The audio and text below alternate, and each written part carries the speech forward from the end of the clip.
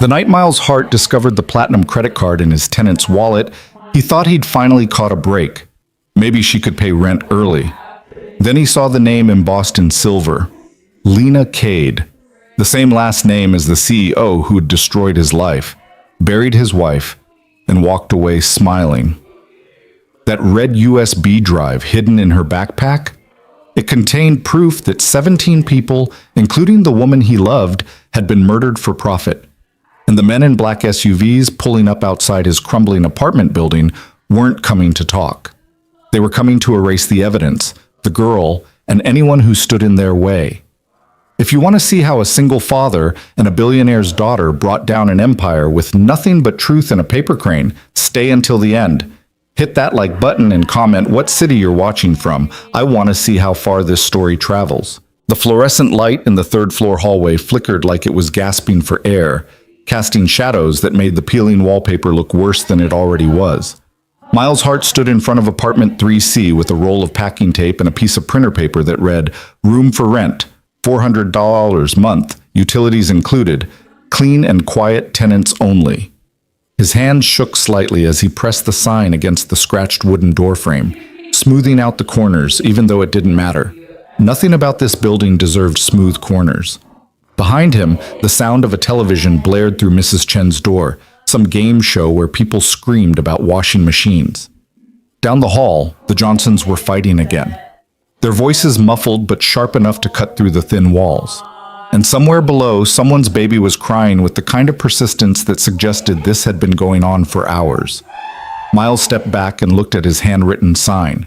The letters were slightly crooked, his handwriting rushed because Sophie had been asking for dinner and he'd been trying to get this done before his shift at the warehouse started at midnight.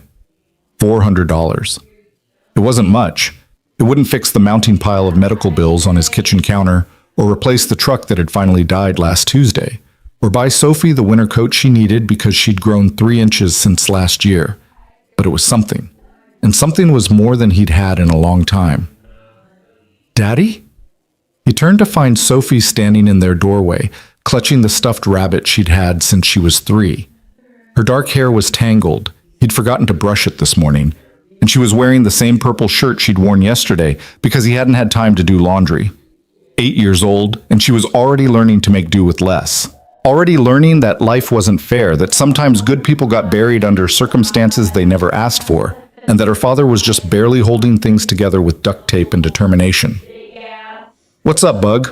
Miles forced his voice to sound lighter than he felt. "Are you really going to let a stranger live in Mommy's room?" The question hit him in the chest like a physical blow. He'd been avoiding thinking about it in exactly those terms. Sarah's room. The room where she'd folded laundry while humming off key to whatever song was stuck in her head. The room where she'd painted the walls pale yellow because she said it reminded her of sunshine. The room where she'd gotten weaker and weaker until the ambulance came at 3 in the morning and never brought her back. Miles crouched down so he was eye level with his daughter. "It's just a room now, Sophie, and we need the help." "But what if they're mean or scary?" "Then we'll unrent it," he said, even though he had no idea if that was legally possible. "But we have to try, okay? We have to try." Sophie's lower lip trembled, and Miles pulled her into a hug before she could start crying. He couldn't handle her crying right now, not when he was one bad day away from crying himself. "I made you a snack," he said into her hair. "Crackers and peanut butter. It's on the counter. And Mrs. Chen said she'd check on you while I'm at work tonight, so if you need anything—" "I know, Daddy. Knock 3 times. He kissed the top of her head and stood up, his knees cracking in a way that made him feel older than 34. "I'll be back before you wake up. Remember to brush your teeth." "You didn't brush yours this morning." "That's because I'm a terrible role model. Don't be like me." She giggled, actually giggled, and the sound made everything feel slightly less awful for approximately 5 seconds. Then she went back inside, and Miles was alone in the hallway again, staring at his crooked sign and wondering who the hell would actually want to live here. The answer came 3 days later in the form of a girl who looked like she'd gotten lost on her way to somewhere better. Miles was halfway through his first cup of instant coffee, the cheap kind that tasted like regret, when someone knocked on the door. Not the usual bang, bang, bang of bill collectors or the apologetic tap-tap of neighbors asking to borrow something. This was polite. measured.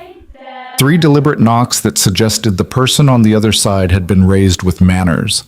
He opened the door to find a young woman standing in the hallway with a backpack slung over one shoulder and an expression that was carefully neutral. Early 20s, maybe. Dark hair pulled back in a ponytail. She was wearing jeans and a plain gray sweater that looked new, and her sneakers were the kind you saw in store windows but never actually on people's feet in this neighborhood. "Hi," she said. "I saw your sign about the room." Miles blinked. He'd put the sign up almost 72 hours ago and had started to assume it was invisible. "Oh, yeah, the room. Is it still available?" Yes, sorry, I just... Hold on." He stepped back, suddenly aware that he was wearing a t-shirt with a coffee stain and sweatpants that had a hole in the knee. "Come in, I'll show you." She stepped inside and Miles watched her take in the apartment with a quick, assessing glance. The sagging couch with duct tape holding one armrest together. The kitchen table that wobbled because one leg was shorter than the others. The stack of unpaid bills he'd shoved behind the coffee maker. The children's drawings taped to the refrigerator. Everything about this place screamed struggling single dad barely keeping his head above water, and he hated that she could see it. "It's not much," he said, which felt like the understatement of the century. "But it's clean, mostly. I mean, I try. I have a kid, so there's toys and stuff, but it's fine," she interrupted gently. "Can I see the room?" He led her down the narrow hallway past Sophie's room, door covered in stickers, and the bathroom that desperately needed new tile, stopping at the last door on the right. His hand hesitated on the doorknob for just a second before he pushed it open.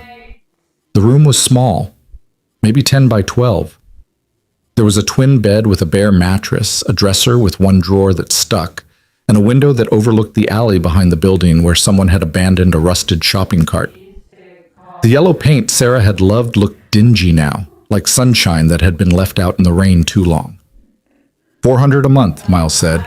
Utilities included. You'd share the bathroom. My daughter and I keep weird hours because of my work schedule, but we're pretty quiet. There's no smoking in the building and rent's due on the 1st.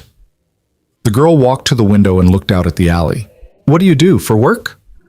"Night shift at a warehouse, stocking shelves, loading trucks, whatever they need."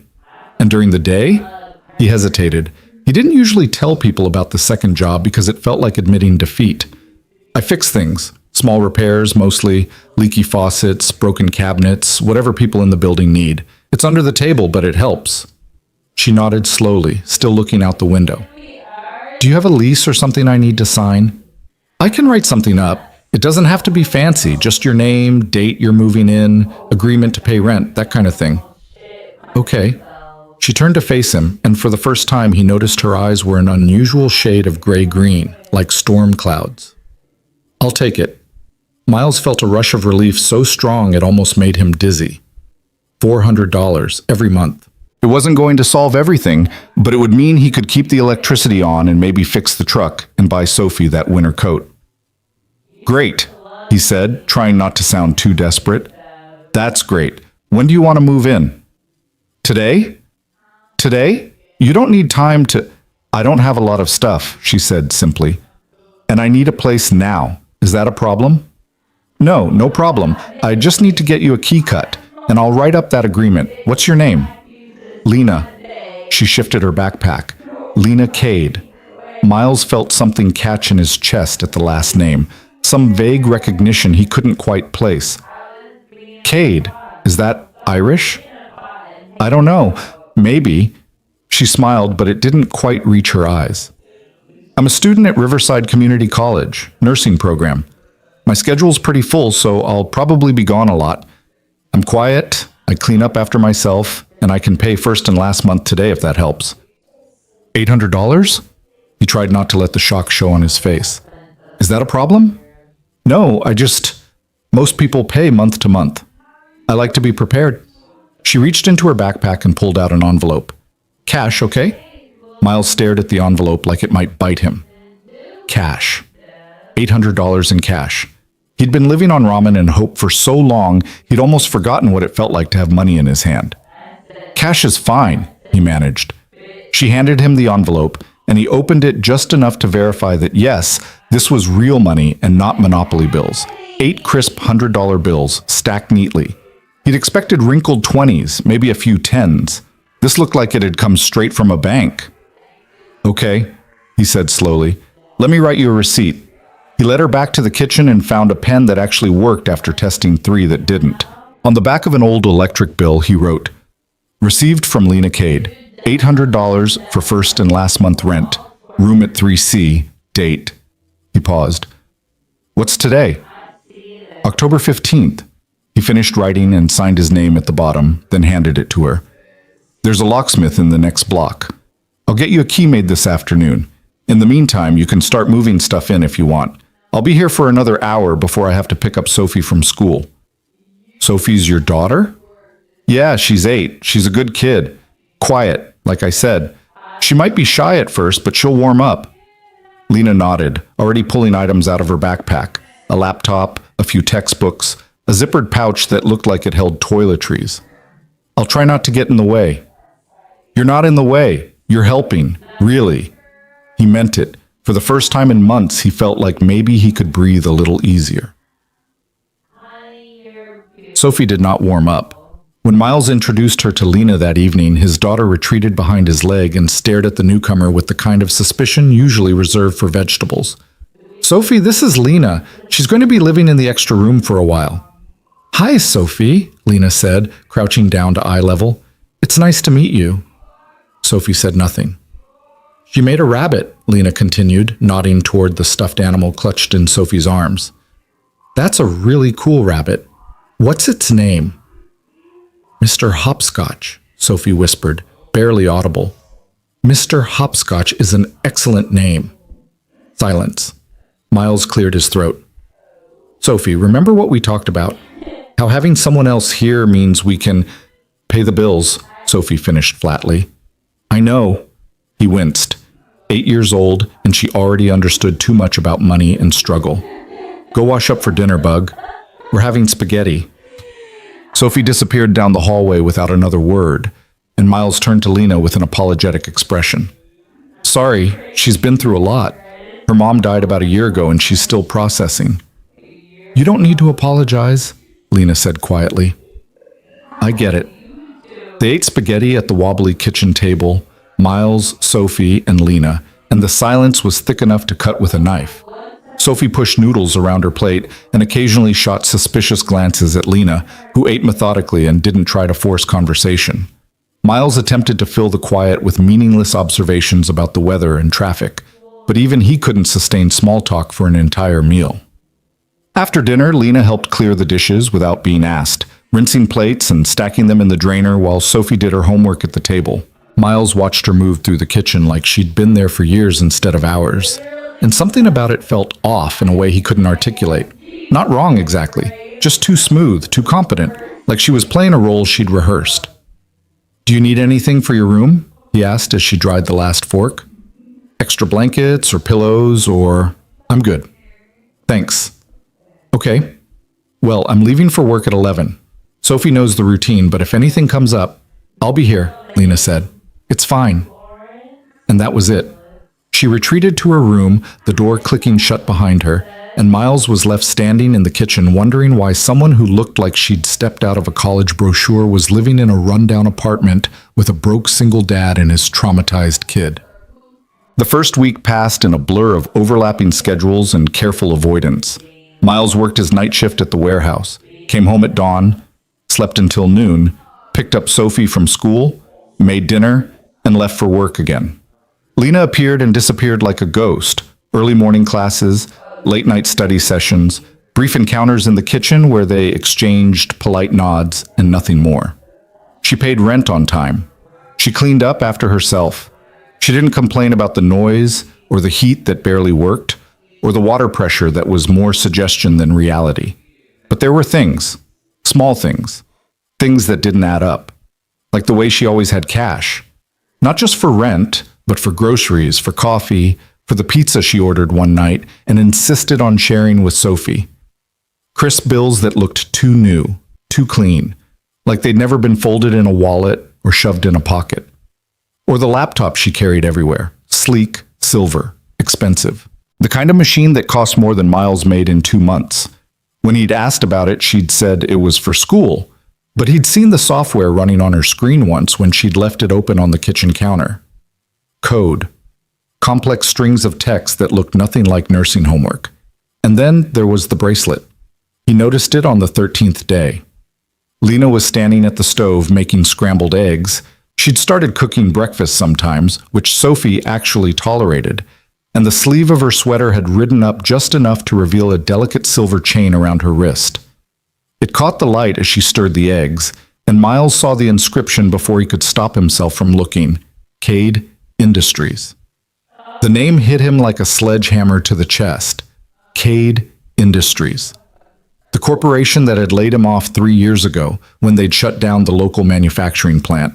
The corporation that had gutted the town's economy and left hundreds of families scrambling. The corporation whose CEO had stood in front of news cameras and talked about market restructuring and fiduciary responsibility while people lost their homes and their health insurance and their hope.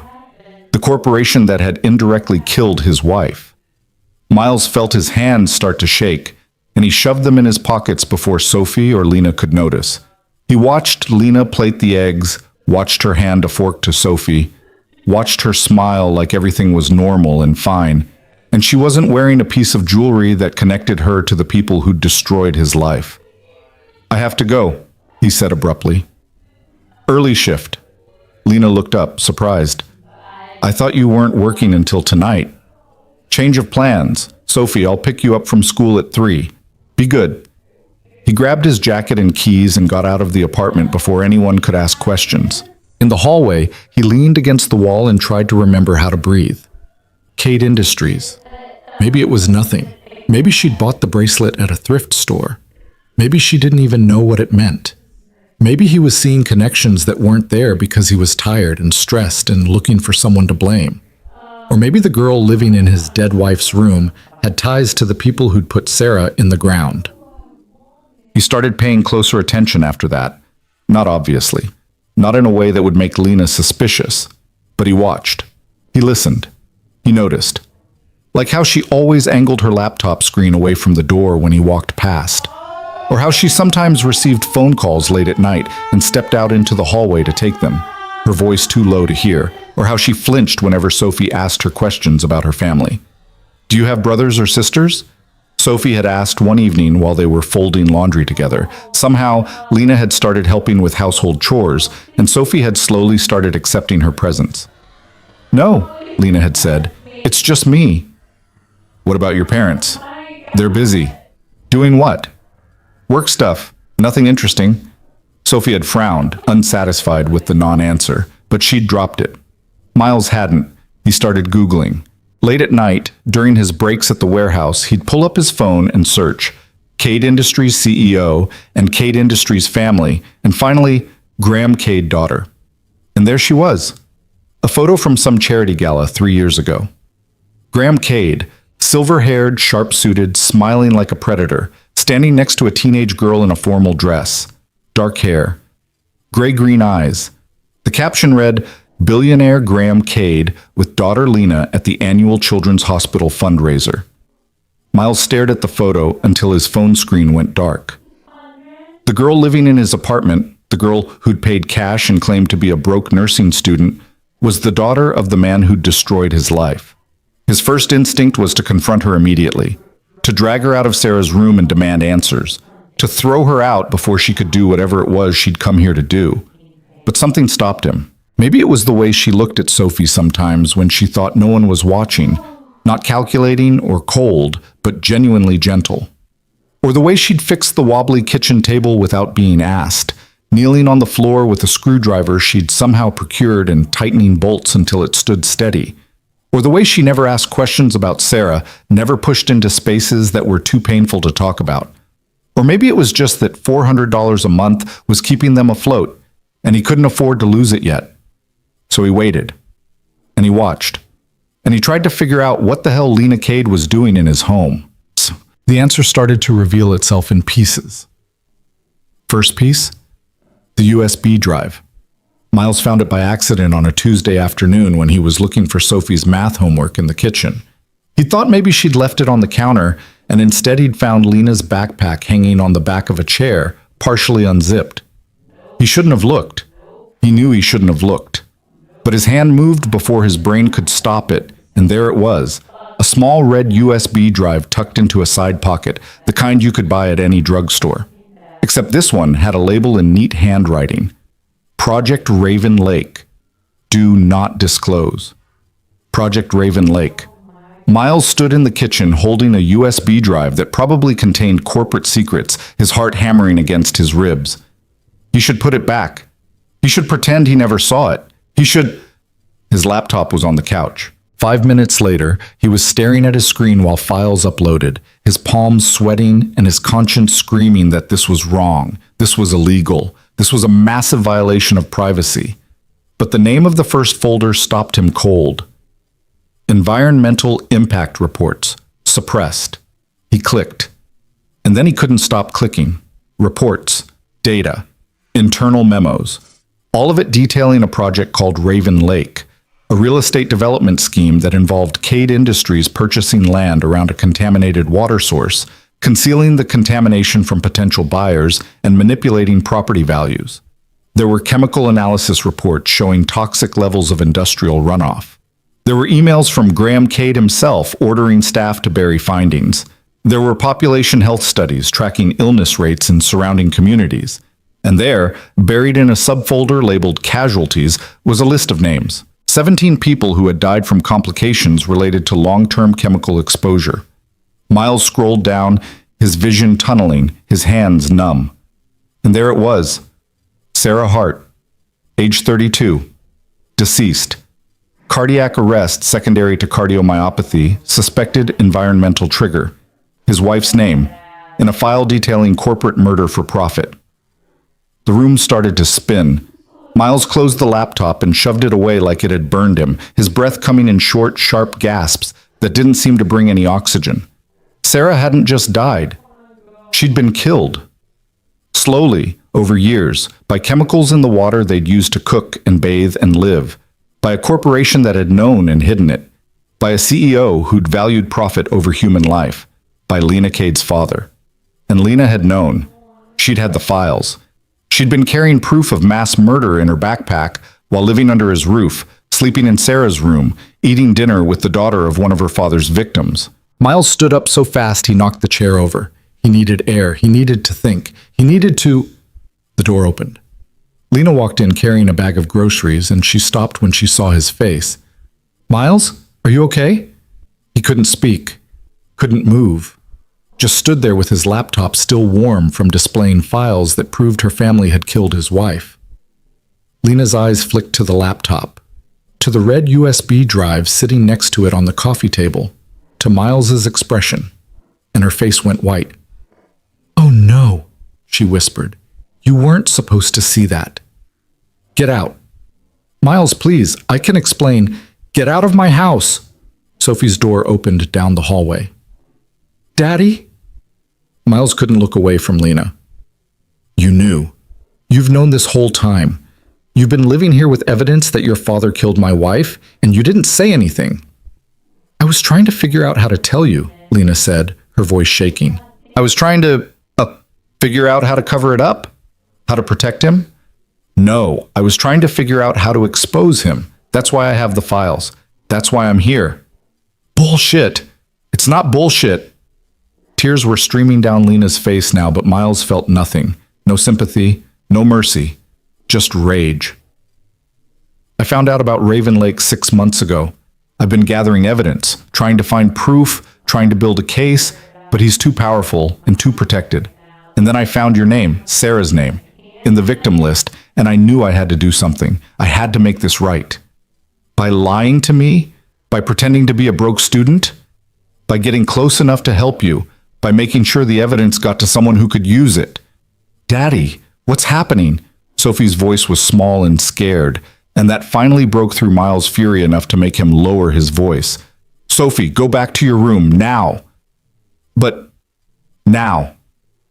She disappeared and Miles turned back to Lena. "You have 1 hour to get your stuff and leave. After that, I'm calling the police." "Miles, please listen to me. My father is going to come for these files. He knows I took them. That's why I'm hiding here. If you kick me out, he'll find me, and he'll destroy the evidence, and everyone he hurt will never get justice. That's not my problem, isn't it? Your wife died because of him. Don't you want him to pay? Miles felt something crack inside his chest. What I want is for you to get out of my sight before I do something I regret. Lena stared at him for a long moment, and then she nodded. Okay, I'll go, but I'm leaving the USB drive. You deserve to know the truth. You deserve to decide what happens next. She walked to the coffee table, picked up the red USB drive, and set it down deliberately in front of Miles. Then she turned and went to her room, to Sarah's room, and started gathering her things. Miles stood in the kitchen, staring at the USB drive like it was a live grenade. Truth, justice, evidence, and behind it all, the name of the woman he'd loved, filed away under casualties like she was a statistic instead of a person. He picked up the drive and closed his fist around it. Lena was gone in 45 minutes. She packed everything into her backpack and a duffel bag she'd apparently kept hidden under the bed. She didn't try to talk to Miles again, didn't try to explain or justify or plead. She just moved through the apartment like a ghost, collecting pieces of a life that had never been real to begin with.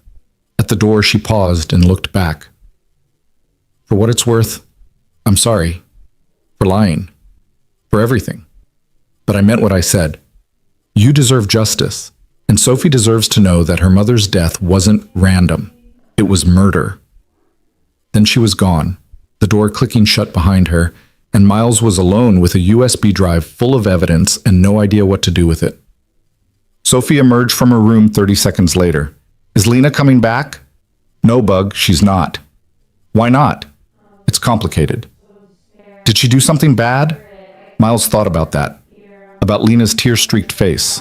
About the way she'd helped with homework and fixed the wobbly table and folded laundry like she belonged here. About the evidence she'd risked everything to gather. I don't know, he said honestly. I really don't know. Chet, he didn't sleep that night.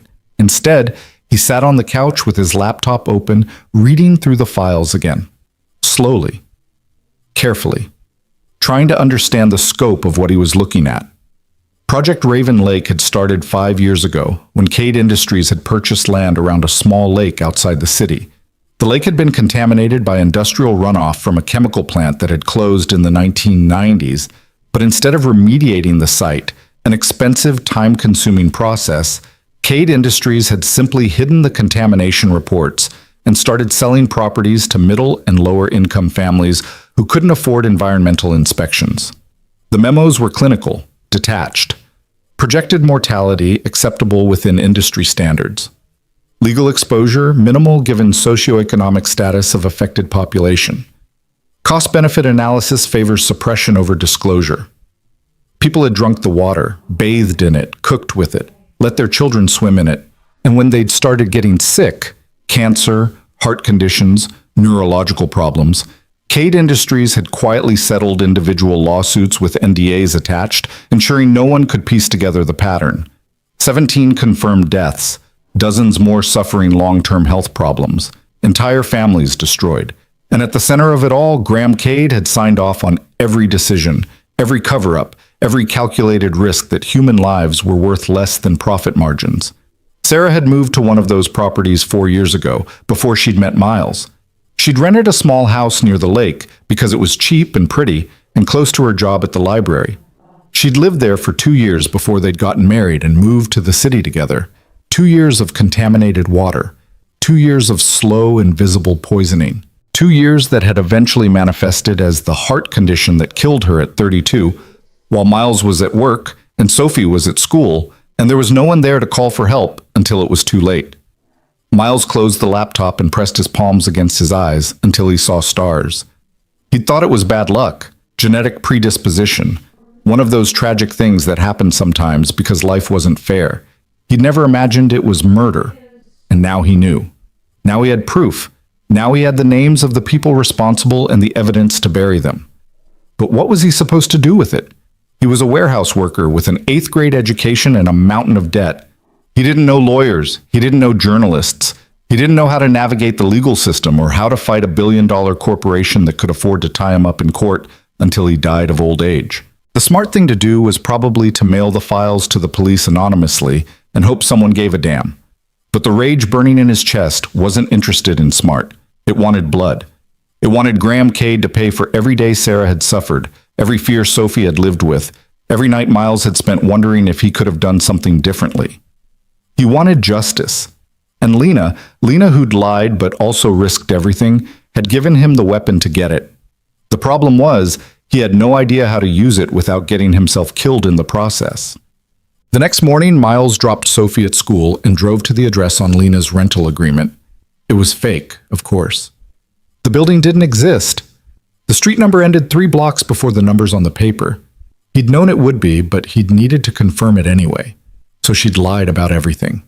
Her name was probably the only true thing she'd given him. He sat in his truck, the one that barely ran and burned oil and needed new brakes, and called the number she'd written down as her emergency contact. It rang 4 times and went to voicemail. No greeting, no name, just a beep. "It's Miles Hart," he said. "I know who you are. I know what you gave me. And I need to know if you're serious about taking him down because I can't do this alone." He hung up and drove back to the apartment, half expecting to find men in suits waiting for him. Instead, he found Mrs. Chen in the hallway with a casserole dish. "For you and Sophie," she said, pressing the dish into his hands before he could refuse. "You look terrible. Eat something." "Thanks, Mrs. Chen." "That girl who was staying with you, she's gone?" "Yeah, she's gone."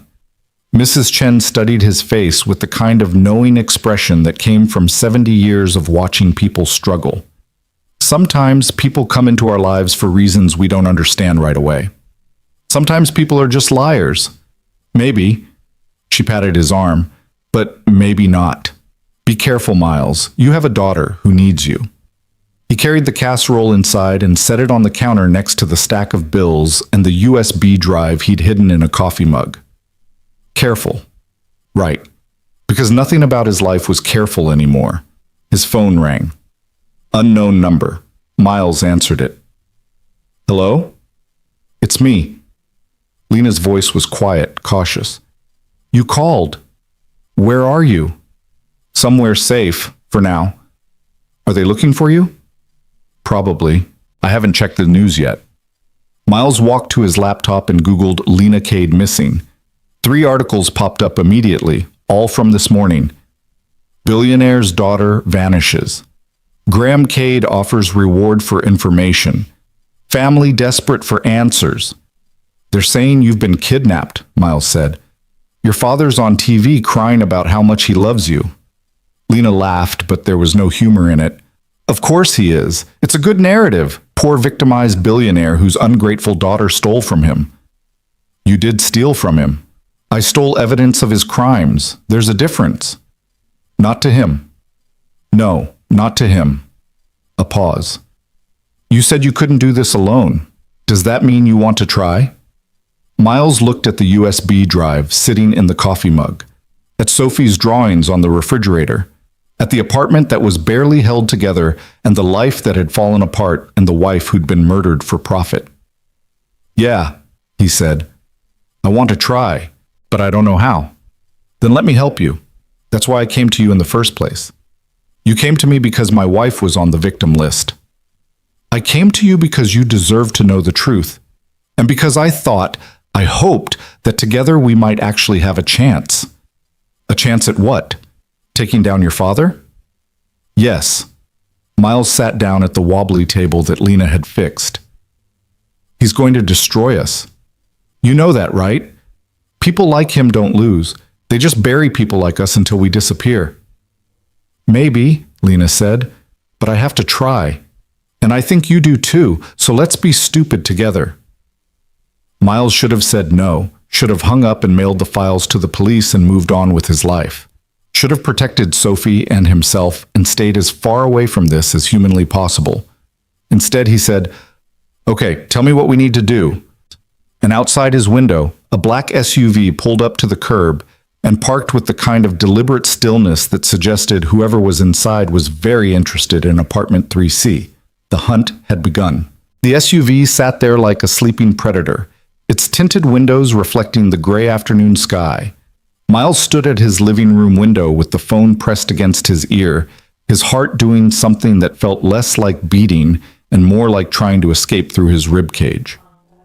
"Lena," he said quietly, "there's a black SUV outside my building." Her sharp intake of breath told him everything he needed to know. "How many people?" "I can't see inside. The windows are too dark." "Okay. Listen to me carefully. Don't go outside. Don't answer the door if they knock. And whatever you do, don't let them know you have those files." Little late for that advice. I called you from my personal phone. If they're monitoring, they're not monitoring your phone yet. You're nobody to them. Just a warehouse worker who happened to rent me a room. But that changes the second they think you have something they want. Miles moved away from the window, suddenly aware that standing in plain view while discussing corporate espionage was probably not the smartest move.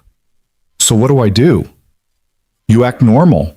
If they come to the door, you tell them I rented a room, I left, you don't know where I went.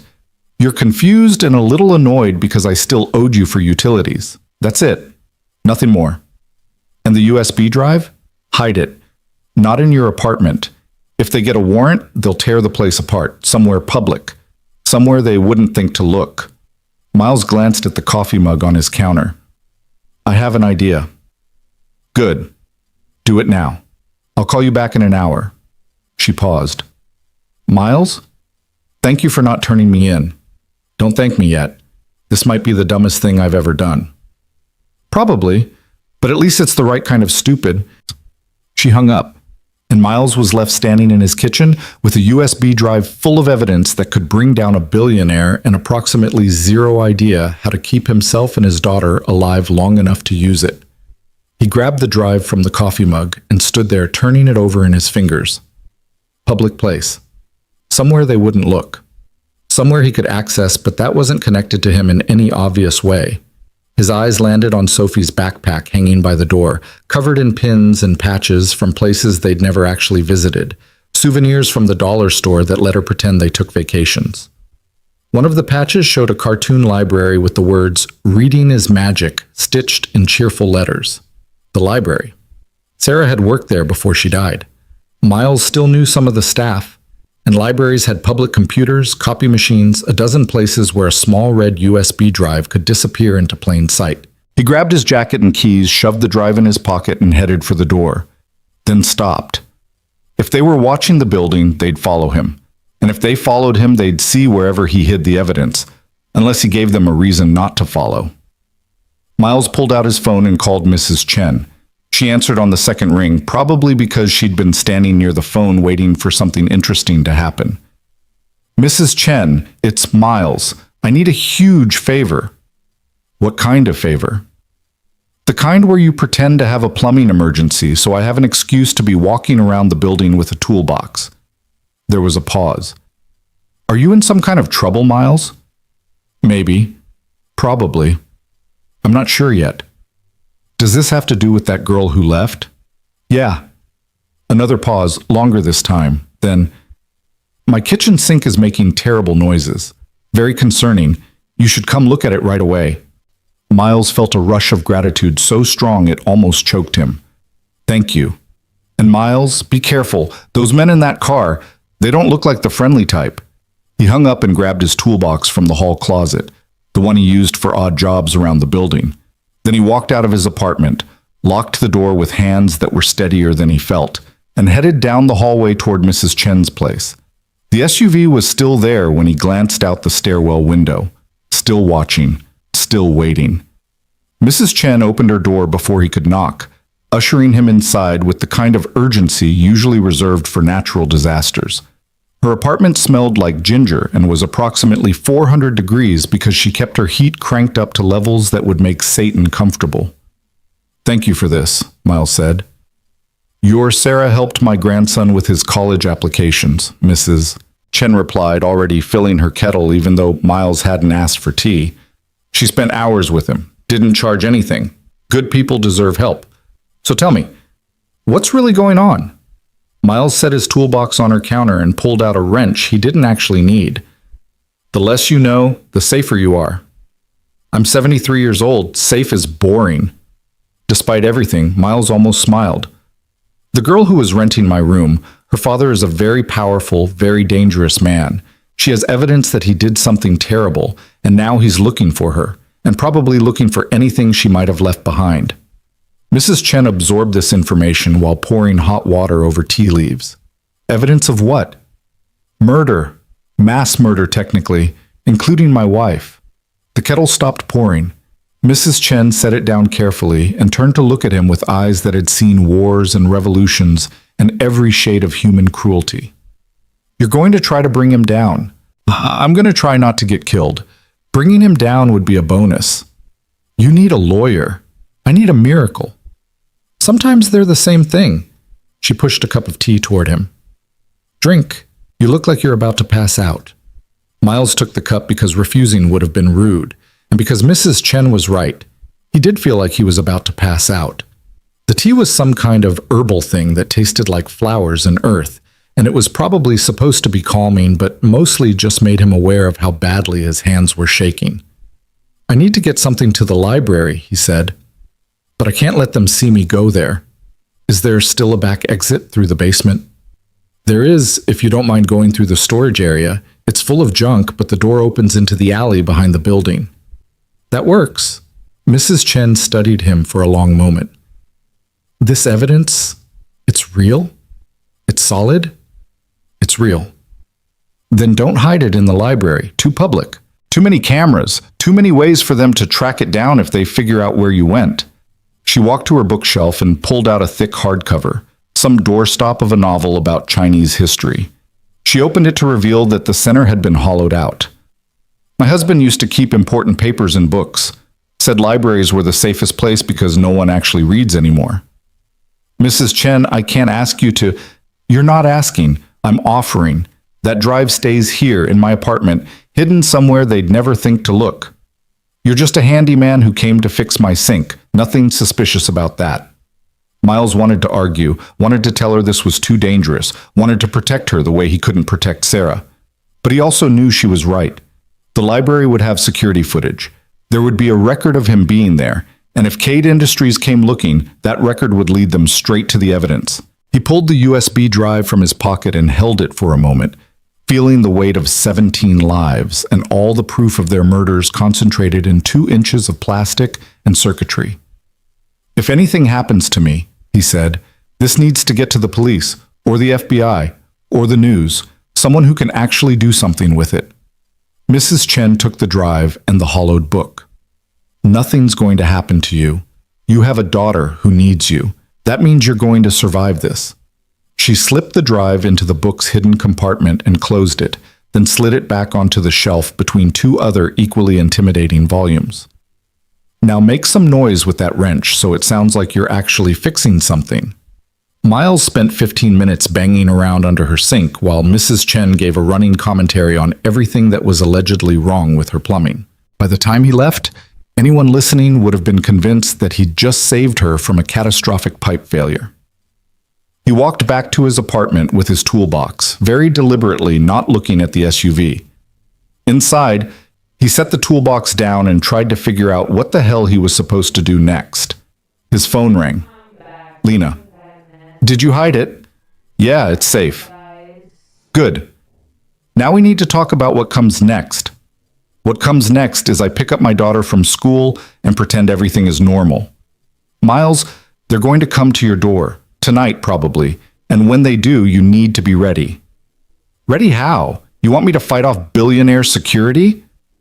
I want you to record everything, every word they say, every threat they make, every time they cross a line.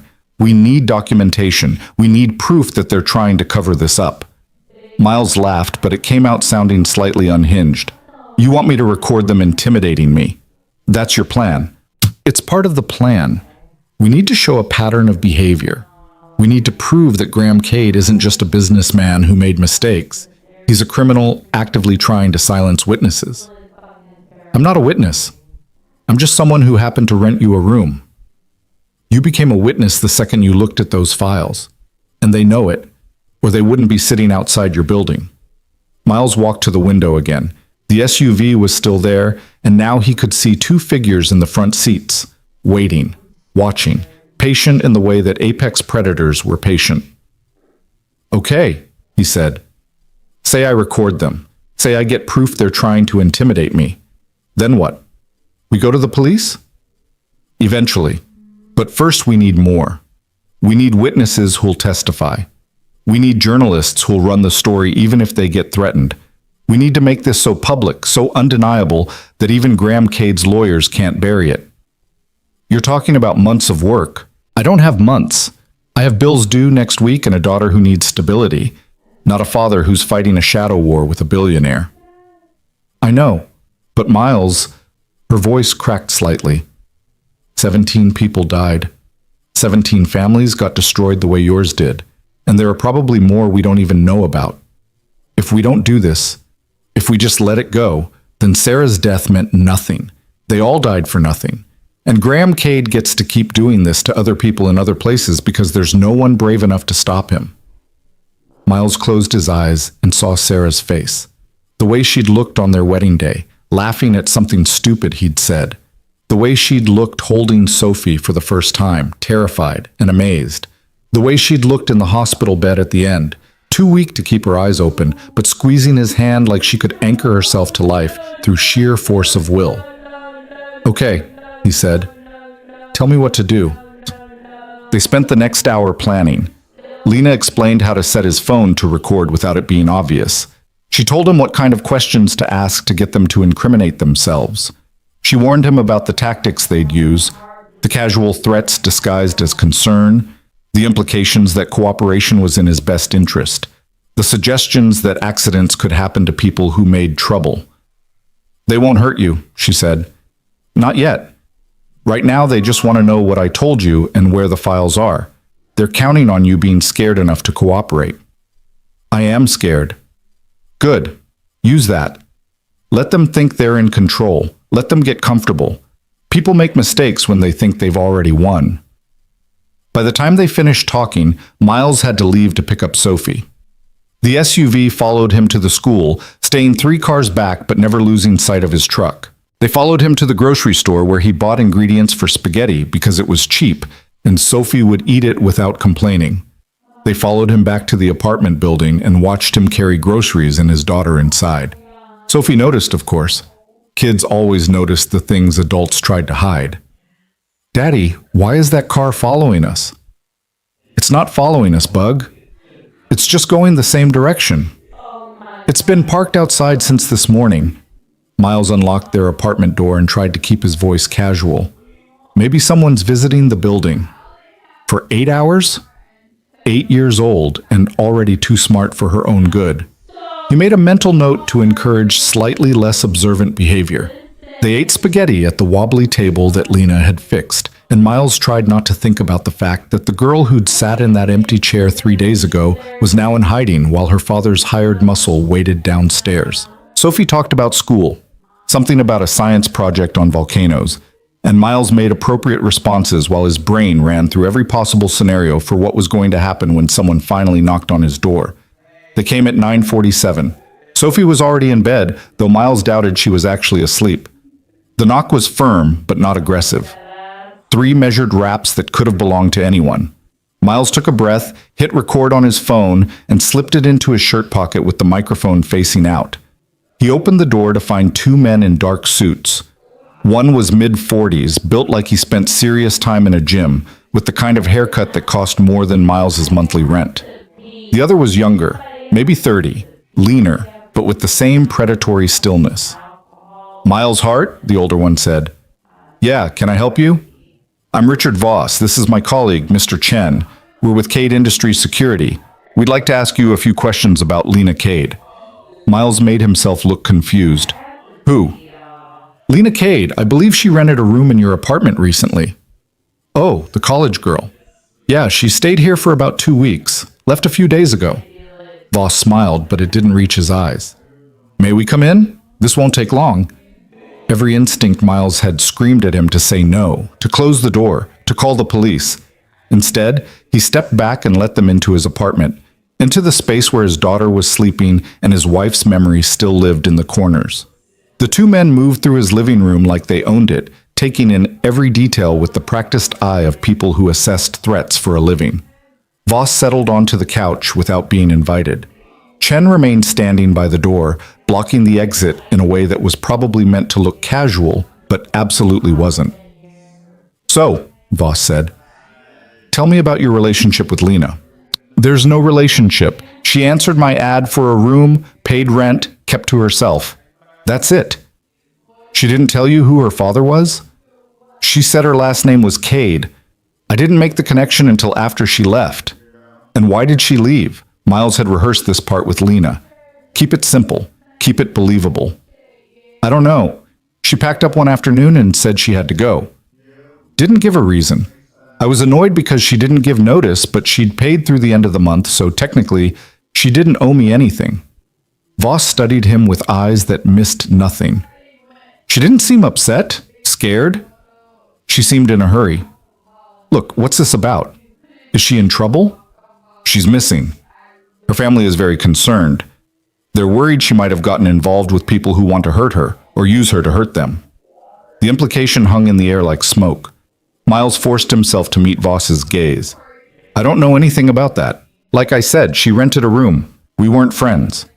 "But you let her live with your daughter." The mention of Sophie sent ice down Miles' spine. "I let her rent a room in an apartment where my daughter also lives. That's not the same thing." "Still, you must have talked sometimes. She must have mentioned where she was going, what she was doing." "She said she was a nursing student. She talked about classes and homework. That's about it." Chen spoke for the first time, his voice soft in a way that somehow made it more threatening. "Mr. Hart, Lena Cade stole proprietary information from her father's company.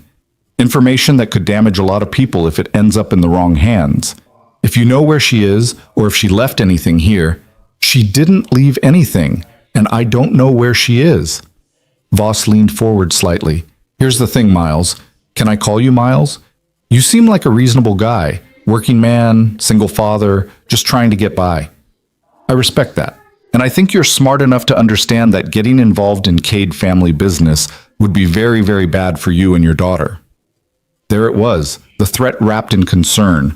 Miles felt his jaw tighten but kept his voice level. "I'm not involved in anything. A girl rented a room, then she left. That's the whole story." "We'd like to look around," Voss said. It wasn't a question. "You got a warrant?" "We don't need a warrant. We're not law enforcement. We're just trying to find a young woman who might be in danger." "Then I guess you'll need to find her somewhere else. I'd like you to leave now." Voss didn't move. "You're making this difficult." "I'm protecting my home and my daughter. If that's difficult, that's your problem." For a long moment, nobody moved. Chen's hand drifted toward his jacket in a way that made Miles wonder if these guys were armed. Then Voss smiled again, that same cold expression that had nothing to do with humor. "Okay, Miles, we'll go. But let me give you some friendly advice." He stood, buttoning his jacket with deliberate precision. "Whatever Lena told you, whatever she might have shown you, forget it. Mr. Cade is a very powerful man with very powerful friends. People who cross him tend to have unfortunate accidents. Their lives fall apart in ways that seem completely unrelated, but somehow always trace back to bad decisions they made." "Is that a threat?" "It's a warning. There's a difference." Voss walked to the door, pausing to look back. "We'll be around if you change your mind about talking. For your sake and your daughter's, I hope you make the smart choice." They left, and Miles locked the door behind them with shaking hands. He stood there for a full minute, listening to his heart try to break out of his chest, before he pulled his phone from his pocket and stopped the recording. He had it. Every word, every threat. Sophie's door opened. She stood in the hallway in her pajamas, clutching Mr. Hopscotch. "Daddy? Who were those men?" Miles crossed to her and picked her up, even though she was really getting too big for that. She wrapped her arms around his neck and buried her face in his shoulder. "Nobody important, Bug." They sounded mean. Yeah, they were pretty mean. He carried her back to her room and tucked her into bed, smoothing her hair back from her forehead. "But they're gone now." "Are they going to come back?" He wanted to lie. Wanted to tell her everything would be fine, that the bad men were gone forever, that she was safe. But Sophie deserved better than comfortable lies. "Maybe," he said. "But if they do, I'll handle it. That's my job, keeping you safe. And I'm very good at my job. Promise? Promise. She closed her eyes, and Miles sat on the edge of her bed until her breathing evened out into sleep. Then he went back to the living room, pulled out his laptop, and called Lena. "They came," he said when she answered. "Are you okay?" "I got it all recorded. Threats, intimidation, everything." "Good. Send it to me. I know someone who might be able to help. A journalist who's been investigating Cade Industries for years. She's careful, she's thorough, and she doesn't scare easily." "What's her name?" "Rebecca Sutton. She writes for the Tribune. If we give her the evidence plus documentation of them trying to silence us, she might be willing to run the story." Miles pulled up his email and started attaching the audio file. "And then what? We just hope that public exposure protects us?" "We hope that public exposure forces the authorities to actually investigate. Right now, Graham Cade has enough power to make this disappear. But if it becomes a national story, if people start asking questions, if other victims start coming forward, he can't bury all of that. You have a lot of faith in the system. I have faith in people being really angry when they find out they've been lied to and poisoned for profit. And I have faith in you." Her voice softened. "Thank you for not giving up. Thank you for being brave." "I'm not brave. I'm terrified." "Those aren't mutually exclusive." Miles hit send on the email and closed his laptop. Outside, the SUV was still parked on the street, a dark shape against the glow of streetlights. Watching. Waiting. "Lena? What if this doesn't work? What if we do everything right and he still wins?" She was quiet for a moment. "Then at least we tried. At least we didn't let him get away with it without a fight. That has to count for something." "Does it?" "I think so. I hope so." A pause. "Get some sleep, Miles. Tomorrow we start building the case. Tomorrow we figure out how to make sure Graham Cade pays for every life he destroyed." "Including yours?" "Especially mine." She hung up, and Miles sat in his dark living room thinking about justice and revenge and whether there was any real difference between the two. He thought about Sarah, about the life they were supposed to have, about the future that had been stolen by chemicals in water and greed in boardrooms. He thought about Sophie sleeping down the hall, about the world she was growing up in, about the lessons she was learning from watching her father either give up or fight back. And he thought about Lena Cade, a 20-year-old girl who'd walked away from billions of dollars and a life of comfort to expose her own father as a murderer, who'd risked everything on the hope that truth might actually matter, who'd chosen Miles, a nobody with nothing, as her partner in trying to bring down an empire. It was insane. It was impossible. It was probably going to get them both killed. But for the first time since Sarah died, Miles felt like he had a purpose beyond just surviving, beyond just getting through another day and another shift and another stack of bills. He had a reason to be angry instead of just sad, a reason to fight instead of just endure. He stood up and walked to Sophie's door, opening it just enough to see her sleeping peacefully with Mr. Hopscotch tucked under one arm. She looked so small in that bed, so vulnerable, so completely dependent on him to make the right choices. "I'm going to get them, Sarah," he whispered into the darkness. "For you, for Sophie, for everyone they hurt. I'm going to make sure they pay." The apartment didn't answer. It never did. But somewhere out there, Lena Cade was hiding and planning and gathering allies. Somewhere out there, Rebecca Sutton was reading an email with audio evidence of corporate intimidation. Somewhere out there, the pieces were moving into place for a confrontation that would either destroy Graham Cade or destroy everyone who dared to challenge him. Miles closed Sophie's door and went to his own room. He didn't sleep. He lay in bed staring at the ceiling and listening to the building settle around him, to the sounds of other people's lives continuing on the other side of thin walls. Normal people with normal problems. People who didn't have USB drives full of evidence hidden in their elderly neighbors' hollowed-out books. People who weren't being hunted by billionaire security teams. His phone buzzed. A text from an unknown number. "This is Rebecca Sutton. I listened to your recording. We need to meet. Tomorrow, 2 p.m., Java Joe's on 5th Street. Come alone." Miles stared at the message. This was it. The moment where he either committed fully to this insane plan or backed out before things got worse. He could still delete the files, could still tell Voss that Lena had left nothing behind, could still save himself and Sophie from whatever storm was coming. He typed back, "I'll be there." Outside, the SUV's engine started. It pulled away from the curb slowly, almost reluctantly, like a wolf that had decided to come back later when the prey was more vulnerable. Miles watched it disappear around the corner and wondered how long it would be before they realized he'd just crossed a line he couldn't uncross. In Mrs. Chen's apartment, hidden in a book about Chinese history that nobody would ever think to open, a red USB drive contained the evidence to bring down an empire. And in this apartment, in this moment, Miles' heart decided that some fights were worth having even if you knew you were going to lose. Some truths were worth telling even if the cost was everything. Tomorrow, he would meet Rebecca Sutton. Tomorrow, he would take the next step. Tomorrow, he would continue choosing courage over safety. But tonight, he sat in his dark bedroom and let himself be afraid. Because Lena was right, being brave and being terrified weren't mutually exclusive. Sometimes they were exactly the same thing. Java Joe's was the kind of coffee shop that tried too hard to be hip. Exposed brick walls, mismatched furniture, a chalkboard menu written in handwriting so deliberately messy it was almost illegible. Miles arrived 15 minutes early because that's what you did when you were meeting a journalist who might be your only hope of not getting disappeared by a billionaire. He ordered black coffee he didn't want and sat at a corner table where he could watch the door. Sophie was with Mrs. Chen. Miles had told his daughter it was a job interview, which wasn't entirely a lie. He was interviewing for the position of guy who takes down corrupt corporations, and the pay was probably going to be non-existent, assuming he survived long enough to collect it. The SUV hadn't followed him this time.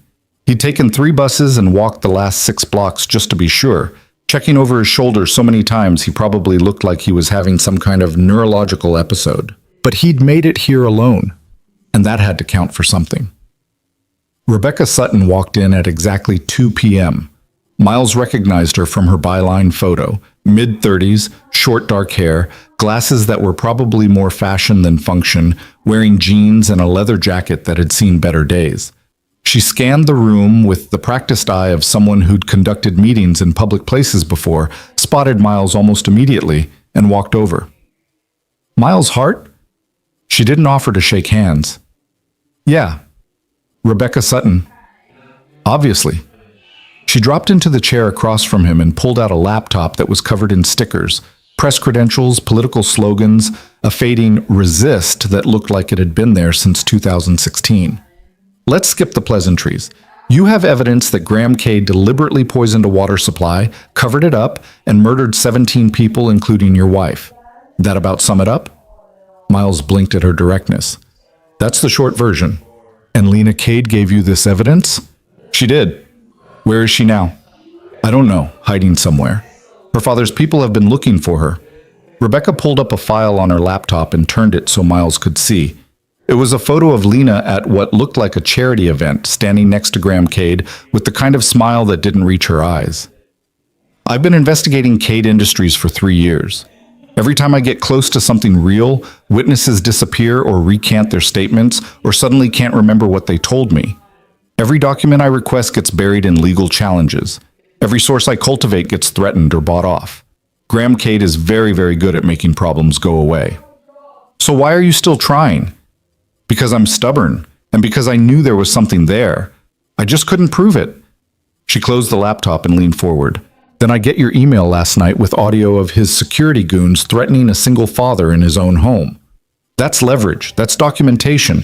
That's the kind of thing that makes prosecutors pay attention. What about the files? The evidence of the contamination? I need to see them. All of them. Every document, every email, every piece of data Lena managed to steal. And I need to verify it's real before I stake my career on a story that could get me sued into oblivion or worse. Miles had expected this. He pulled out his phone and texted Mrs. Chen. We need the book. Her response came back 30 seconds later. Come get it. I made cookies. He looked at Rebecca. The drive is hidden somewhere safe. I can get it, but I need to know you're serious about running this story. I need to know you won't back down when Cade comes after you. Oh, he'll come after me. He'll threaten legal action. He'll try to dig up dirt on my personal life. He'll probably call my editor and demand I be fired. That's how guys like Graham Cade operate. They use fear and money to control the narrative. Rebecca's expression hardened. But here's what he doesn't know about me. My mother died of cancer that could have been prevented if the chemical plant near her house had been honest about their emissions. I've spent my entire career trying to hold corporations accountable for valuing profit over human life. So yeah, Miles, I'm serious. And I don't back down. Something in Miles' chest unclenched slightly. Okay, the drive is at my apartment building. We can go get it now. Not we, you. If Cade's people are watching you, showing up with a journalist is going to set off alarm bells. You get the drive, copy everything onto a secure cloud storage, and send me the link. I'll start going through the documents tonight. And then what? Then I start making calls. I'll need to get corroboration from other sources.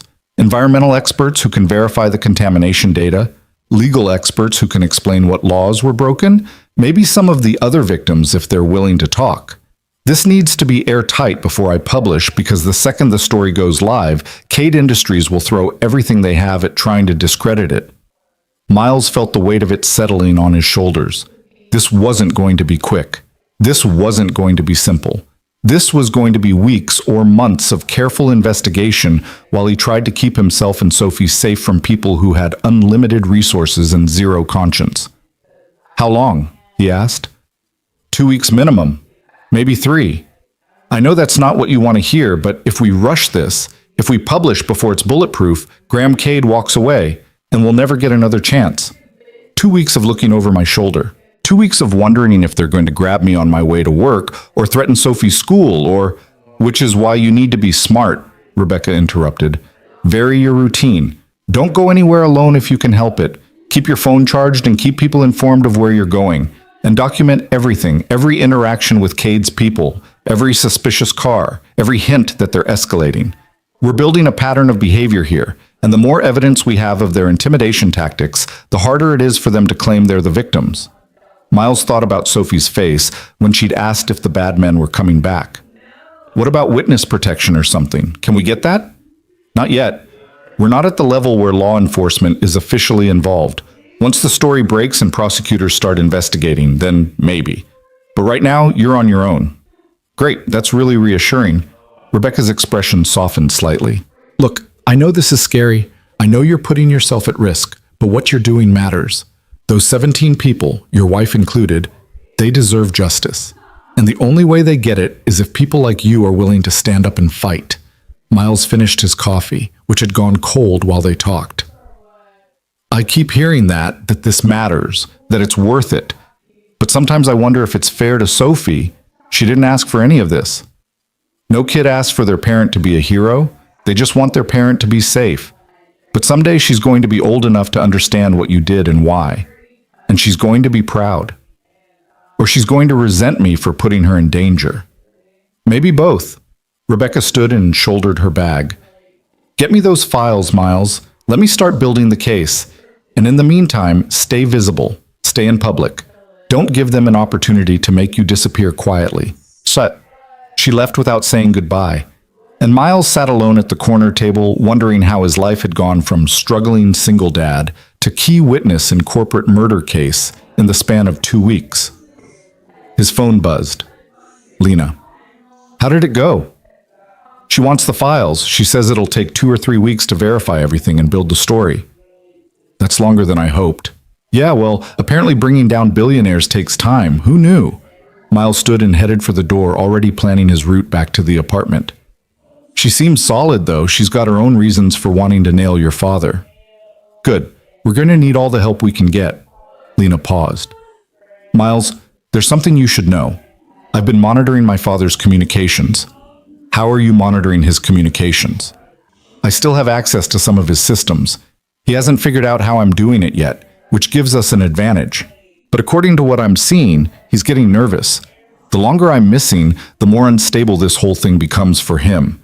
He can't report the stolen files without admitting what's in them, but he also can't just let me disappear without people asking questions. So what's he going to do? He's going to try to control the narrative. He's going to paint me as mentally unstable, maybe claim I had a breakdown, suggest that anything I might say should be viewed as the delusions of a troubled young woman. And he's going to come after you harder because you're the link to me. Miles stepped out onto the street and immediately scanned for black SUVs. Nothing obvious, but that didn't mean they weren't there. They already came to my apartment. What's harder than that? They'll go after your livelihood, your reputation. They'll try to isolate you, make it so no one believes you even if you do come forward with evidence. It's what my father does. He destroys people systematically until they have nothing left to fight with. I don't have much to destroy. I'm already broke and barely employed. You have Sophie, and they know that's your pressure point. The words hit Miles like a physical blow. He stopped walking, standing frozen on the sidewalk while people flowed around him. If they touch my daughter, they won't hurt her, but they might threaten to. They might suggest that Child Protective Services should take a closer look at your living situation. They might imply that a single father who's clearly unstable and making wild accusations about prominent businessmen isn't fit to raise a child. Lena's voice was tight with anger. I'm sorry. I'm so sorry I brought this into your life. You didn't bring it into my life. Your father did that when he poisoned my wife. Miles started walking again, faster now. I'm getting the files to Rebecca tonight. We're doing this. And if Graham Cade wants to come after me, he can get in line behind every other person who's tried to knock me down. He hung up and caught the next bus, his mind racing through worst-case scenarios. Sophie taken away, his name dragged through the mud, his face plastered on news sites as some conspiracy theorist who'd harassed a grieving father looking for his missing daughter. But then he thought about Sarah's name in that file. Casualty. Like she was collateral damage, like her life had been worth less than a line item in a corporate budget. No, he wasn't backing down. Not now, not ever. Mrs. Chen was waiting when he got back to the building, and she handed over the hollowed book without comment. Miles took it to his apartment, locked the door, and spent the next 2 hours copying every file from the USB drive to a secure cloud storage account Rebecca had set up. Emails, reports, data tables, internal memos, 17 names on a list that should never have existed. He sent Rebecca the access link and got back a response almost immediately. Got it. This is good, Miles. This is really good. I'll be in touch. Sophie came home from Mrs. Chen's apartment chattering about the cookies they'd made. Chocolate chip with too much sugar, which according to Sophie made them perfect. She was covered in flour and happiness, and for a few minutes Miles let himself pretend everything was normal, that they were just a father and daughter making dinner together, that there weren't people out there plotting how to destroy them. They were eating pasta, again because it was cheap and filling, when someone knocked on the door, not the measured knock from before. This was aggressive, demanding, the kind of knock that said, "Open up or we're coming in anyway." Miles's blood went cold. "Sophie, go to your room." "But Daddy," "Now, lock the door. Don't come out until I tell you it's safe." She ran, her eyes wide with fear, and Miles heard her door slam and the lock click. He pulled out his phone, made sure it was recording, and opened the door. Voss stood there with 3 other men, all dressed in suits that probably cost more than Miles' monthly rent. But it was the expression on Voss's face that made Miles' stomach drop. Cold fury barely contained behind a professional mask. "We need to talk," Voss said. "I think we covered everything last time." That was before you met with Rebecca Sutton. That was before you decided to involve the press in a private family matter. That was before you made this personal. So they'd been following him. Of course they'd been following him. Miles kept his hand on the door, ready to slam it if they tried to push their way in. "I don't know what you're talking about." "Don't insult my intelligence, Mr. Hart. We know you met with a journalist this afternoon. We know Lena gave you files. We know you're planning to go public with information that was stolen from Cade Industries. And we're here to give you one last chance to make the right choice. Which is? Give us the files. Tell us where Lena is. Walk away from this before you get hurt." Miles felt something inside him shift. Maybe it was anger. Maybe it was exhaustion. Maybe it was just the realization that he'd already crossed too many lines to turn back now.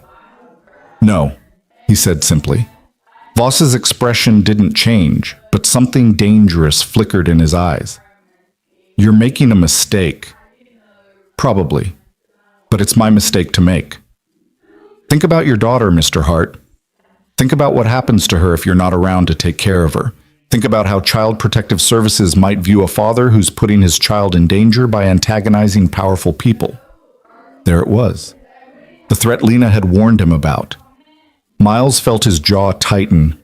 Are you threatening to have my daughter taken away? I'm suggesting that your current behavior might raise questions about your fitness as a parent. Questions that authorities would be obligated to investigate. It would be a shame if Sophie ended up in the foster system because you couldn't let go of a conspiracy theory.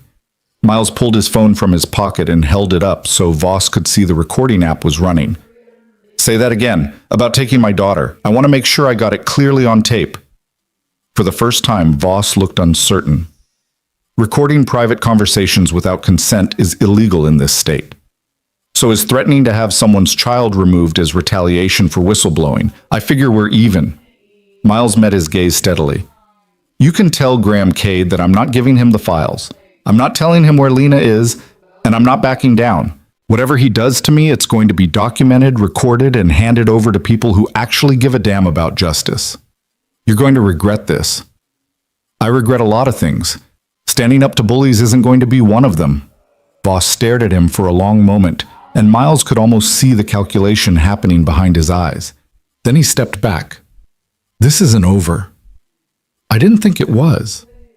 They left, and Miles locked the door with shaking hands. He stopped the recording and immediately sent it to Rebecca with a message. They just threatened to have my daughter taken away. Is this enough? Her response came back fast. It's perfect. This is exactly the kind of overreach we need. Forward this to me as a secured file and don't delete the original. And Miles, be careful. They're escalating. Sophie emerged from her room looking pale. Daddy, I heard what they said. Are they going to take me away? Miles pulled her into a hug so tight she squeaked. No, Bug.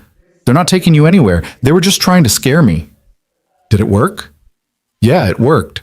But I'm not letting fear make my decisions anymore. She pulled back to look at him. Are you in trouble because of Lena?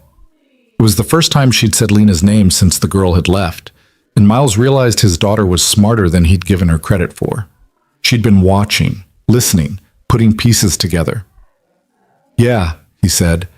I'm in trouble because Lena's father did something really bad, and Lena asked me to help her prove it, and now he's trying to stop us. Is that why Mommy died? Because of Lena's father? Miles felt tears prick his eyes. Yeah, Bug, that's why. He made decisions that hurt a lot of people, including Mom, and I'm trying to make sure he pays for that. Sophie was quiet for a moment, processing. Then, good. He should pay. Mom was nice and he was mean, and that's not fair. No, baby, it's not fair. So we're going to fight him. We're going to try. She nodded seriously, like they'd just agreed on something important. Okay, but Daddy, I'm scared. Me too. But we're going to be scared together, okay? And we're going to be smart, and we're going to win. He hoped that was true. He hoped they weren't just walking into a trap that would destroy everything they had left. But standing there with his daughter in his arms, knowing that Sarah's death hadn't been random bad luck, but deliberate corporate murder, he couldn't imagine making any other choice. That night, after Sophie was finally asleep, Miles sat on his couch and went through everything he knew. The files on the USB drive, the recordings of Voss's threats, Rebecca's promise to investigate thoroughly, Lena's warnings about her father's tactics. He pulled out a notebook, one of Sophie's from school, covered in unicorn stickers, and started writing down everything. Dates, times, conversations, evidence. He created a timeline of events starting with Sarah's death and ending with today's confrontation. He documented every interaction with Lena, every detail she'd shared, every file name on the USB drive.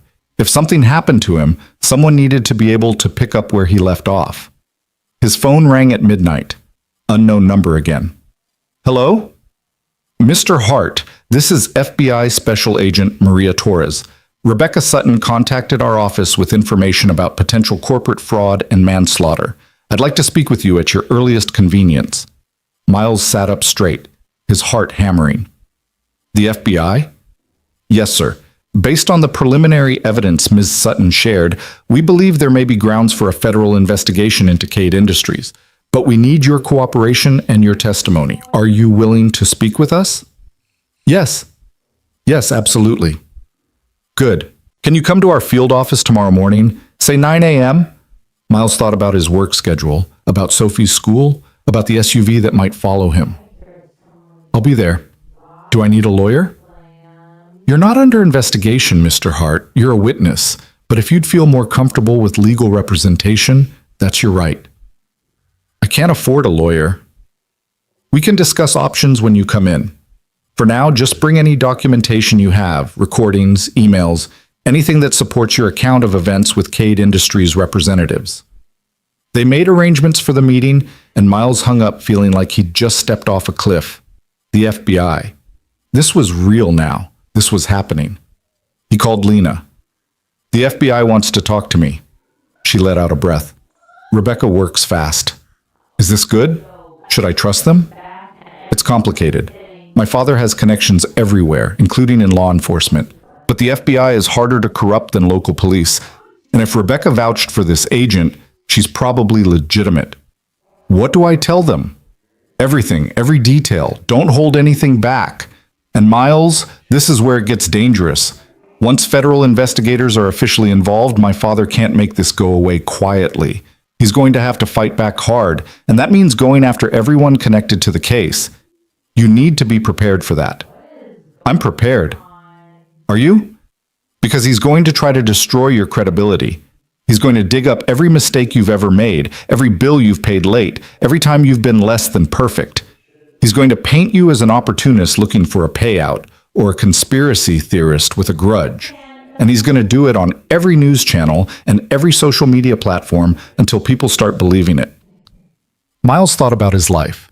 The repossessed car, the overdue rent, the second job that was barely legal, the times he'd paid bills with money meant for groceries.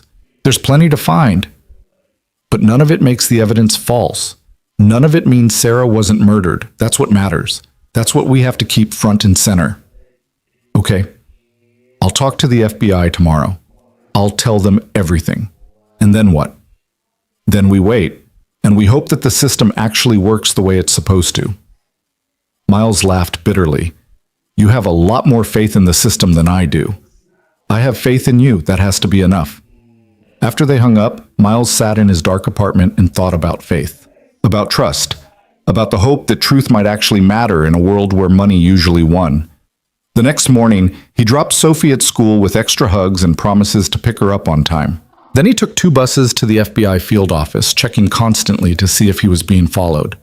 If he was, they were better at it than before because he didn't spot anyone. The field office was exactly what he'd expected. Institutional gray walls, security checkpoints, people in suits moving with purpose through hallways that all looked identical. Agent Torres met him in the lobby, a woman in her 40s with sharp eyes and a handshake that meant business. Mr. Hart, thank you for coming. Follow me. She led him to an interview room that felt less interrogation and more conference. A table with comfortable chairs, a water pitcher, even a box of tissues in case things got emotional. Miles sat down and tried not to feel like he was in over his head. Before we start, Agent Torres said, I want to be clear about what this meeting is. You're a witness, not a suspect. Anything you tell me is protected, and we take witness safety very seriously. If at any point you feel threatened or unsafe, you contact me immediately. Understood? Understood. Good. Now tell me everything, starting with when you first met Lena Cade.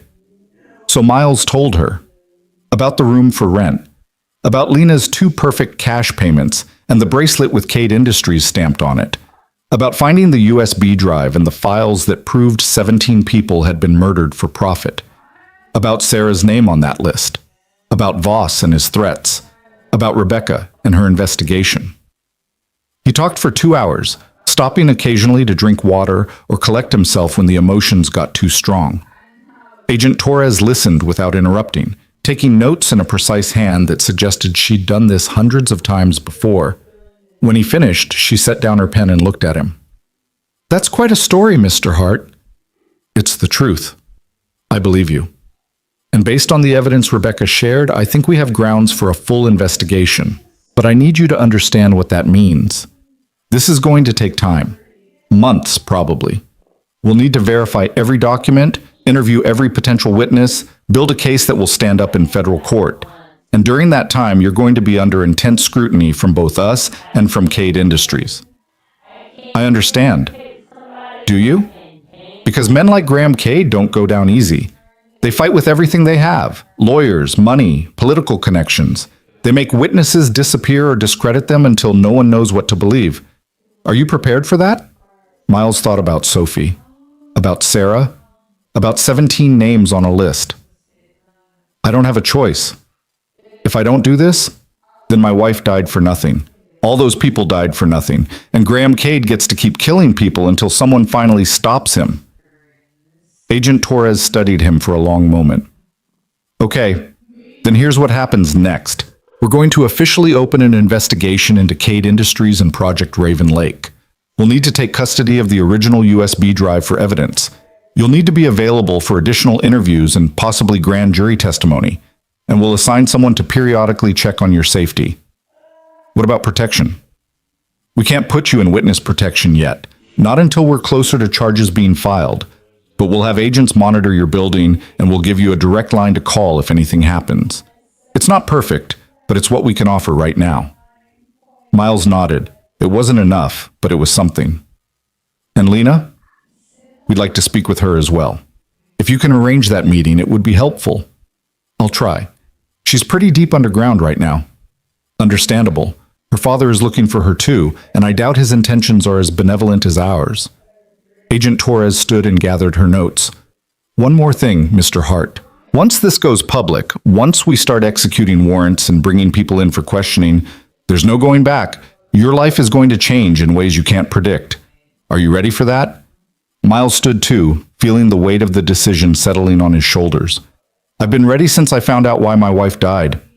Let's do this. They shook hands again, and Agent Torres walked him out of the building. On the street, Miles pulled out his phone and called Lena to tell her the FBI was officially involved, that the case was moving forward, that they'd actually done it. She answered on the first ring. How did it go? They believe us. They're opening an investigation. They want to talk to you too. I'll arrange something. Miles, this is it. This is really happening. Yeah, I just hope we survive long enough to see how it ends. We will. We have to. Miles hung up and started walking toward the bus stop, his mind already jumping ahead to what came next. The investigation, the media attention, the courtroom, the moment when Graham Cade would finally have to answer for every life he'd destroyed. He didn't see the car until it was too late. It came out of nowhere, jumping the curb, aiming straight for him with the kind of precision that said this wasn't an accident. Miles dove sideways, hitting the pavement hard, rolling away as the car's bumper missed him by inches. He heard screaming, pedestrians scattering, and then the car was speeding away, disappearing into traffic before anyone could get the license plate. Miles lay on the sidewalk, his hands scraped and bleeding, his heart trying to punch through his chest. People crowded around asking if he was okay, if he needed an ambulance, if someone should call the police. He pulled out his phone with shaking hands and called Agent Torres. They just tried to kill me, he said when she answered. Graham Cade just tried to have me killed. Agent Torres arrived with 2 other agents in less than 10 minutes, which told Miles everything he needed to know about how seriously they were taking this. He was still sitting on the curb with his scraped palms bleeding onto his jeans, while witnesses gave statements to uniformed officers who'd shown up first. A woman who'd been walking her dog kept saying she'd gotten 3 digits of the license plate. A college kid swore he had video on his phone, but the footage was too shaky to show anything useful. Everyone agreed it had been deliberate. Everyone agreed Miles would be dead if his reflexes had been half a second slower. Torres crouched beside him, her expression grim. Are you hurt? Just scraped up. They missed. This time. She helped him stand, steadying him when his legs wobbled. We're taking you somewhere safe, right now. I can't. I have to pick up my daughter from school in 3 hours. We'll send someone to get her. Miles, listen to me. Someone just tried to murder you in broad daylight on a public street. That's not intimidation, that's elimination, which means they've decided you're too dangerous to let live. The reality of it hit him like a second car. Someone had actually tried to kill him. Not threaten him, not scare him, but end his life right there on the sidewalk outside the FBI building. And if they'd succeeded, Sophie would have been waiting at school forever, wondering why her daddy never came. "We need to move," Torres said, already guiding him toward an unmarked sedan. "Agent Chen is going to take you to a secure location. I'm going to coordinate with local PD and start pulling security footage from every camera in a 3-block radius. We're going to find whoever did this." Miles let himself be loaded into the back of the sedan, his mind moving too slowly to process what was happening. The driver, Agent Chen apparently, pulled into traffic without saying a word, and Miles watched the city slide past the window while his hands continued bleeding onto his pants. His phone rang. Lena. "I just saw the news," she said without preamble. "Someone tried to run you down outside the FBI office. Tell me you're okay."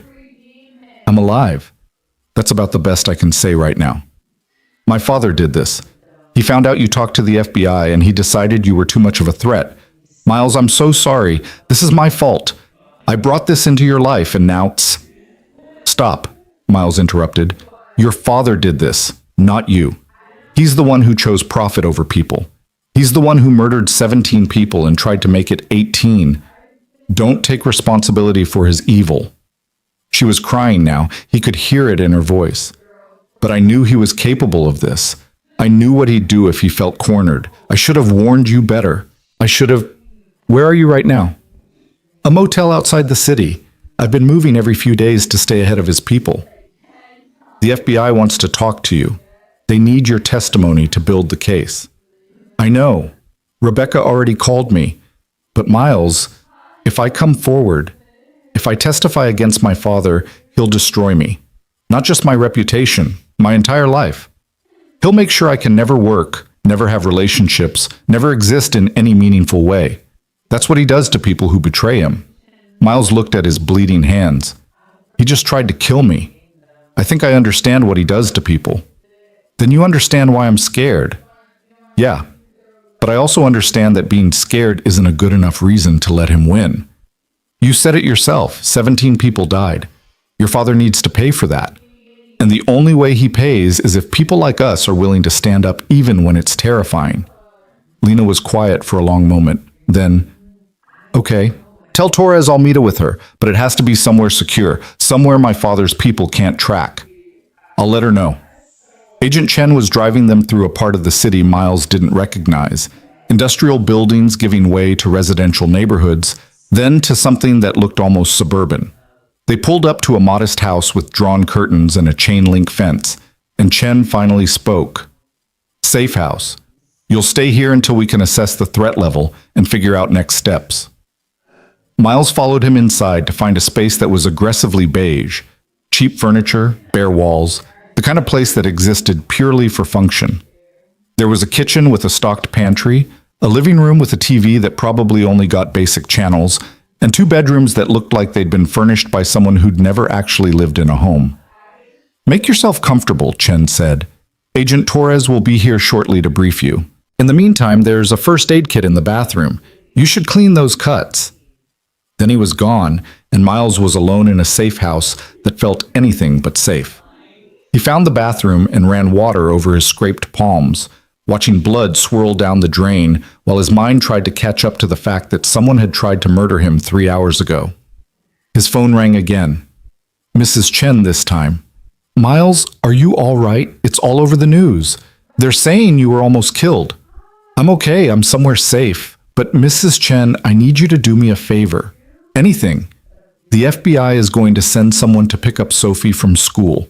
Can you meet them there? Can you stay with her until I figure out what's happening? I don't want her to be scared." Of course I'll stay with her. Miles, what is going on? What have you gotten yourself into?" He told her everything. About the files, about Graham Cade, about the attempt on his life. She listened without interrupting, and when he finished, she made a sound that was somewhere between a sigh and a prayer. "Your Sarah would be proud of you," she said finally, "and also very angry that you're risking your life. She always said you had more courage than sense." Miles felt tears prick his eyes. "I don't feel brave. I feel terrified. That's what bravery is, being terrified and doing it anyway." She paused. Sophie is going to be frightened when she hears what happened. What should I tell her? Tell her I'm safe. Tell her I love her. Tell her this is almost over and then we can go back to being normal. Will you? Go back to being normal? I don't know. I don't even know what normal looks like anymore. After he hung up, Miles sat on the uncomfortable couch and stared at the blank TV screen. His reflection looked back at him. Disheveled hair, scraped face, the expression of someone who just realized he was in way over his head. He thought about calling his manager at the warehouse to explain why he wouldn't be at work tonight. Then he remembered that his job was probably the least of his concerns right now. Agent Torres arrived an hour later with a tablet, a grim expression, and news that made Miles's stomach drop. We pulled the security footage, she said, settling into the chair across from him. The car was a black sedan, stolen 3 days ago from a long-term parking lot at the airport. The driver knew what they were doing. They kept their face angled away from cameras, wore gloves, dumped the car in a parking garage downtown. Professional work. So you can't trace it back to Cade. Not directly, but the timing is too convenient to be coincidental. You meet with us, and 6 hours later someone tries to run you down? That's not random. Can you arrest him? Not yet. Attempted murder requires proof of who ordered it, and right now all we have is suspicious timing. But it does give us leverage. If Graham Cade thinks we're investigating the hit and run as part of the larger case, he might make mistakes. Miles laughed bitterly. Great. So I'm bait. You're a witness under federal protection. There's a difference. Torres pulled up something on her tablet. I need to show you something. This went live about an hour ago. She turned the screen so Miles could see. It was a news conference. Graham Cade standing at a podium with microphones pointed at him like weapons, his expression perfectly calibrated to show concerned father with just a hint of righteous anger. My daughter Lena has been missing for 2 weeks, Cade was saying, his voice cracking in exactly the right places. We believe she may have been manipulated by individuals with an agenda against our company. We've learned that a man named Miles Hart, who briefly rented her a room, has been spreading false accusations about Cade Industries in an attempt to extort money from our family. We're offering a reward for anyone with information about Lena's whereabouts, and we're prepared to take legal action against Mr. Hart for harassment and defamation. The reporters erupted with questions, but Torres paused the video. He's getting ahead of the story. He's planting the narrative that you're an opportunist trying to shake down a grieving father. But the FBI is investigating. People will know. We can't comment on an ongoing investigation, which means for now, the only voice the public hears is his, and he's very good at controlling narratives. Miles felt sick. So even if we prove everything, even if we have all the evidence, people are going to think I made it up for money? Some people will. That's how character assassination works. You muddy the waters until no one knows what to believe, and then the truth becomes just another opinion. Torres closed the tablet. But that's also why we need Lena. She's his daughter. When she testifies against him, when she confirms everything you've said, it becomes a lot harder to dismiss as opportunism. She agreed to meet with you, but she wants security guarantees. She'll have them. I'm arranging a meeting for tomorrow morning. Neutral location, full protective detail. Can you contact her with the details? Miles nodded, already pulling out his phone. He texted Lena the information and got back an immediate response. I'll be there. How are you holding up? He typed back, your father just went on TV and called me an extortionist, so that's fun. He's trying to isolate you. Don't let him. The truth is going to come out. When? Because right now I'm in a safe house while he's on every news channel playing the victim. When we take him down in a way he can't spin, when the evidence is so overwhelming that no amount of PR can save him, trust the process, Miles. Trust that we're doing the right thing. Easy for her to say. She wasn't the one whose face was about to be plastered all over the internet as some kind of con artist, but Miles sent back, okay, see you tomorrow. That night, he tried to sleep in the unfamiliar bed, but mostly just stared at the ceiling and listened to the house settle. At some point, his phone lit up with a call from a number he didn't recognize. He almost didn't answer, then figured the FBI had probably given his number to someone who needed to reach him. Hello? Mr. Hart, this is Rebecca Sutton. I saw the news conference. Are you all right? Define all right. Fair enough. Listen, I know this looks bad right now, but I'm working on my article. I've been verifying the documents, talking to environmental experts, reaching out to other potential victims. The story is almost ready to publish, and when it does, Graham Cade's press conference is going to look like the desperate move it is. How long until you publish? 3 days, maybe 4. I'm waiting for confirmation on a few details, and I want to time it so the FBI investigation is far enough along that Cade can't get an injunction to stop it. And what am I supposed to do in the meantime? Hide in this safe house while he destroys my reputation? Rebecca was quiet for a moment. I know you're angry. I know you want to fight back. But the best thing you can do right now is stay alive and stay quiet. Let me tell the story. Let the evidence speak for itself. When people see what Cade Industries did, when they see the proof, they're going to realize who the real villain is. After they hung up, Miles paced the small living room and tried not to think about what people were saying about him online. He tried not to imagine Sophie seeing her father called a liar and a con artist on TV. He tried not to feel like he'd made a terrible mistake by thinking truth and justice actually mattered. The next morning, Agent Torres picked him up before dawn. Lena's meeting is in an hour. I thought you might want to be there. Really? I figured you'd want to interview her separately. Normally, yes, but she specifically asked if you'd be present, said it would make her feel safer. Torres glanced at him. You made an impression, Miles. She trusts you. They drove to a nondescript office building that Torres explained was a federal facility used for sensitive meetings. Inside, through multiple security checkpoints, into a conference room that had the same aggressively bland quality as the safe house. Lena was already there, looking thinner than Miles remembered, her dark hair pulled back in a messy ponytail, wearing clothes that looked slept in. She stood when Miles entered, and for a moment they just looked at each other. Two people who'd been thrown together by circumstance and were now bound by something neither of them had asked for. You look terrible, Lena said. You're one to talk. She smiled slightly, then crossed the room and hugged him. It surprised Miles, the sudden intimacy of it, the way she held on like he was something solid in a world that had gone liquid. He hugged her back, thinking about the scared girl who'd shown up at his door 2 weeks ago and the person she'd become under pressure. Okay, Torres said, sitting down at the conference table. Let's get started. Lena, I need you to tell me everything you know about Project Raven Lake. Start from the beginning. Lena sat and folded her hands on the table like she was preparing to confess. I found out about it by accident 6 months ago. I was using my father's computer. He lets me access it sometimes for school stuff, and I saw an email from his lawyer about RVL exposure mitigation. I thought it was some kind of business thing, but something about the tone made me suspicious. So I started digging. How did you access classified files? My father underestimates me. He thinks because I'm his daughter, because I'm young, I'm not capable of understanding his business. But I've been watching him my whole life.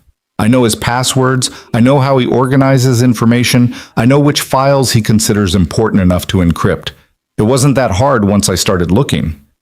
She pulled out a flash drive. Not the red one Miles had found, but a different one. This has everything. Not just the Raven Lake files, but communications between my father and his executives, legal documents outlining their cover-up strategy, financial records showing how they profited from the contaminated properties. It's 5 years of evidence. Torres took the drive carefully, like it might explode. Why didn't you go to the authorities immediately? Because I'm his daughter. Because I knew he'd discredit me, paint me as mentally unstable or rebellious, make it so no one would believe me. I needed time to build a case that couldn't be dismissed. I needed to find other victims, gather more proof, create something so undeniable that even my father's lawyers couldn't spin it. She looked at Miles, and then I found the victim list. 17 names. Sarah Hart was number 11. Miles felt his throat tighten. Why me? Why did you come to my apartment specifically? Because you were still fighting. Most of the other families had settled with NDAs or given up or moved away. But you were still here, still trying to get by, still being a father to your daughter. I hoped that if I showed you the truth, you might be willing to help me bring him down. You used me. Yes. I'm not going to pretend I didn't. I needed someone who had standing, who'd been directly harmed, who could be a credible witness. But Miles, I also... She stopped, collecting herself. I also saw what this had done to you and Sophie. I saw what my father's greed had destroyed, and I wanted to make it right. Torres cleared her throat. Let's focus on the evidence. Lena, are you prepared to testify against your father in court? Yes? You understand what that means? You'll be disowned. Your family will turn against you. Your father has the resources to make your life very difficult. He already tried to have Miles killed. I think I understand what I'm facing. And you're willing to proceed? Lena met Torres's gaze steadily. My father is a murderer. He killed 17 people for profit and tried to cover it up. If I stay silent, I'm complicit. So yes, Agent Torres, I'm willing to testify. I'm willing to do whatever it takes to make sure he pays for what he did. The interview lasted 4 hours. Torres asked detailed questions about every file, every email, every piece of evidence on the flash drive. She asked about Graham Cade's business practices, his relationship with his legal team, his connections in government and law enforcement. She asked about Lena's mother, about family dynamics, about whether there were other relatives who might be involved. Lena answered everything with a precision that suggested she'd been preparing for this moment for months.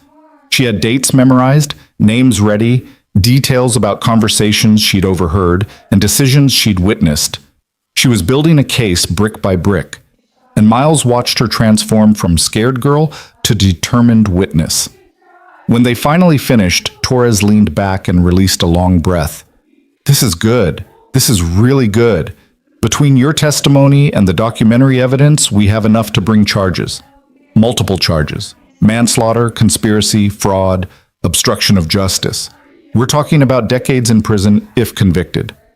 When will you arrest him? Miles asked. Soon. We need to coordinate with the prosecutor's office, prepare the warrants, make sure everything is airtight, but we're talking days, not weeks. Torres looked at both of them. I need you both to understand. Once we move, this becomes very public very quickly.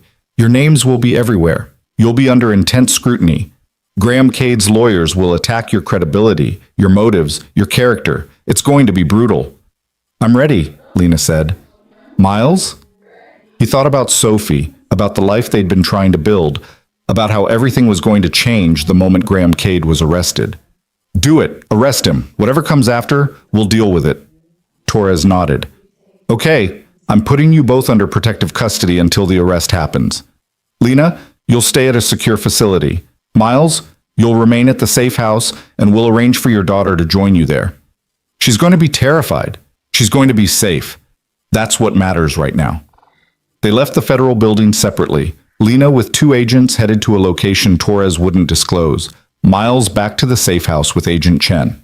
On the way, Miles called Mrs. Chen to explain that Sophie would need to be picked up by federal agents and brought to stay with him for a few days. Is this ever going to end? Mrs. Chen asked quietly. Yeah, it's almost over, just a few more days. And then what? You think life goes back to normal after all this? I don't know what happens then, but at least Sarah's death will mean something. At least Graham Cade will be in prison where he belongs. Be careful, Miles. Men like that don't go down without taking people with them. She was right, of course. When Sophie arrived at the safe house 3 hours later, confused and scared and clutching Mr. Hopscotch, Miles knew they'd crossed into territory where there was no turning back.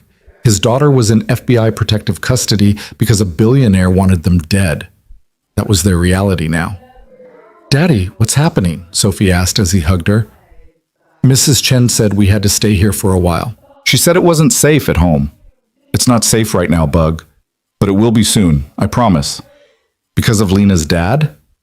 Yeah, because of him. Sophie pulled back to look at him seriously. Are you going to put him in jail? I'm going to try. Good. She squeezed Mr. Hopscotch tighter. He hurt Mom. He should be in jail. Miles set her up in the second bedroom with the few toys and books the agents had grabbed from their apartment. He made dinner from the stocked pantry, pasta again, because apparently that's all he knew how to cook under stress. They ate in front of the TV, watching cartoons that Sophie had seen 100 times, pretending this was normal. That night, after Sophie was asleep, Miles sat in the dark living room and thought about what came next. The arrest, the trial, the media circus, the aftermath of destroying a billionaire's life and empire. He thought about whether justice was worth the cost, whether Sarah would be proud or horrified, whether he was being brave or just reckless. His phone buzzed. Rebecca Sutton.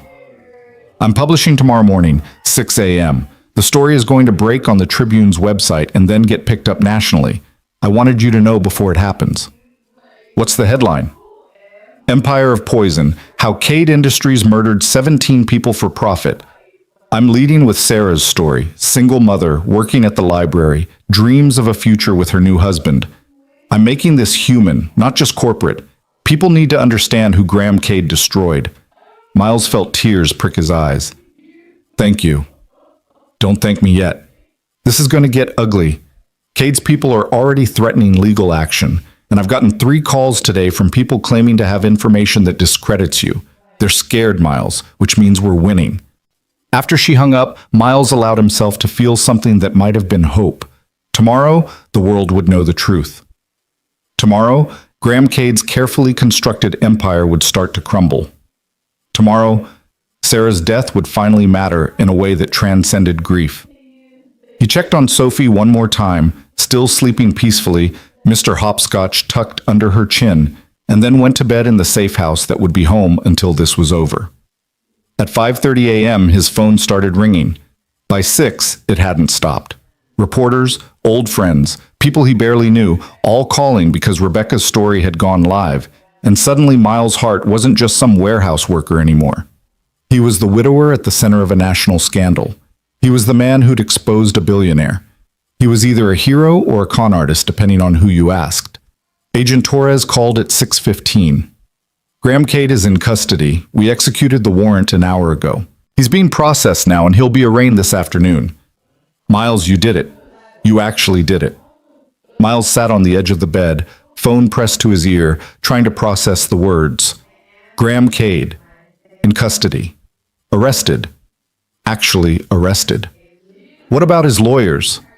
They're already working on bail, but the charges are serious enough that we're going to fight to keep him detained. Either way, this is happening. The case is moving forward. Sophie appeared in his doorway, rubbing sleep from her eyes. Daddy, why are you crying? He hadn't realized he was. Miles wiped his face and pulled his daughter into his lap. I'm crying because we won, Bug. The bad man who hurt Mom is going to jail. Really? Really? She hugged him so tight it hurt, and Miles held her while Agent Torres continued talking about legal procedures and next steps and witness protection protocols.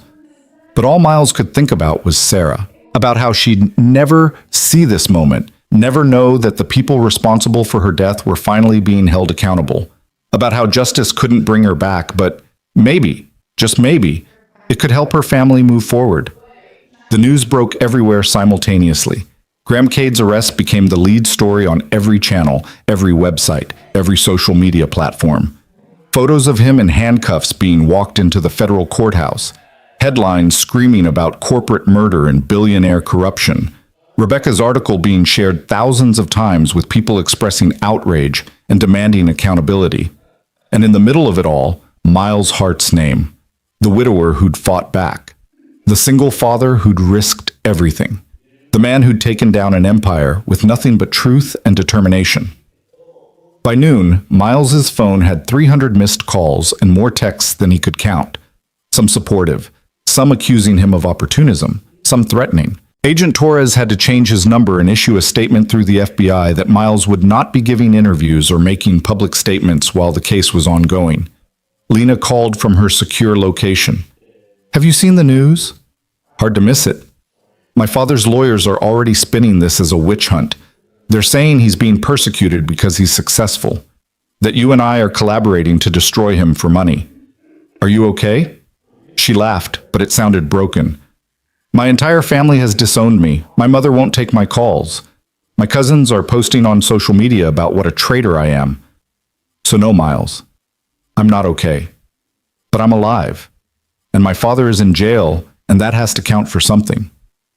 It counts for everything. Does it? Because right now it feels like we've just made everything worse, like we've destroyed our lives for a chance at justice that might not even happen. Miles looked at Sophie, who was coloring at the kitchen table with supplies Agent Chen had bought. We did the right thing. Even if it costs us everything, we did the right thing. That has to matter. I hope you're right. The arraignment happened that afternoon. Miles watched it on TV from the safe house. Graham Cade in an expensive suit, looking calm and confident, pleading not guilty to all charges, while his team of lawyers argued for bail. The judge, clearly unimpressed, set bail at $20 million and imposed strict conditions including surrender of passport and electronic monitoring. Cade posted bail within an hour. Of course he did, Miles muttered at the TV. $20 million is probably what he spends on vacation. Agent Torres called immediately. He's out, but he's being monitored. He can't leave the state, and he can't contact you, Lena, or any potential witnesses. If he violates those conditions, he goes straight back to jail. So he's just free after everything? He's free until trial. That's how the system works. But Miles, we're building an airtight case. The evidence is overwhelming. When this goes to trial, he's going down. When is the trial? 6 months? Maybe 8. Federal cases take time. 6 months. Half a year of living in limbo, of watching Graham Cade walk around free while Sarah stayed dead. Miles felt rage bubble up in his chest, hot and acidic. I want to testify, he said. When it goes to trial, I want to be on that stand. I want to look him in the eye and tell the jury what he took from me. You will. You and Lena both. You're key witnesses. That night, Miles lay in bed thinking about the trial. About sitting in a courtroom while lawyers picked apart his life and his marriage and his grief. About Graham Cade's legal team trying to prove he was an opportunist or unstable or lying. About having to relive Sarah's death in excruciating detail for a jury of strangers. But he also thought about those 17 names. About families who'd never gotten justice. About people who'd trusted corporations and been betrayed. About a system that protected the rich and powerful until someone finally said enough. Sophie's door opened, and she padded into his room in her pajamas. Daddy, I can't sleep. Me neither, Bug. He lifted the covers, and she crawled in beside him, warm and small and trusting. Are we safe now that the bad man got arrested? Miles wanted to lie, wanted to tell her everything was fine, but Sophie deserved honesty. We're safer, but we have to stay here a little longer just to be sure the FBI is protecting us. And then we can go home. And then we can go home. She was quiet for a moment. Then, Daddy, do you think Mom knows about what you did? Miles felt his throat close. Yeah, Bug. I think she knows. And I think she's proud. I'm proud too. Sophie yawned and snuggled closer. You're brave. So are you. They fell asleep like that. Father and daughter in an FBI safe house. Hiding from a billionaire's revenge, waiting for a trial that would either vindicate them or destroy them. But for tonight, they were together and safe, and that had to be enough. Because tomorrow, the real fight would begin. Morning came too early, filtering through the safe house curtains like an unwelcome reminder that the world kept turning, whether Miles was ready or not. Sophie was already awake, sitting at the kitchen table with her coloring book, and Miles realized she'd probably been up for hours. Kids always knew when something big was coming, even if the adults tried to hide it. Good morning, Bug, he said, pouring himself coffee from the pot Agent Chen had started before his shift ended. Is today the day we can go home? Miles wished he could say yes.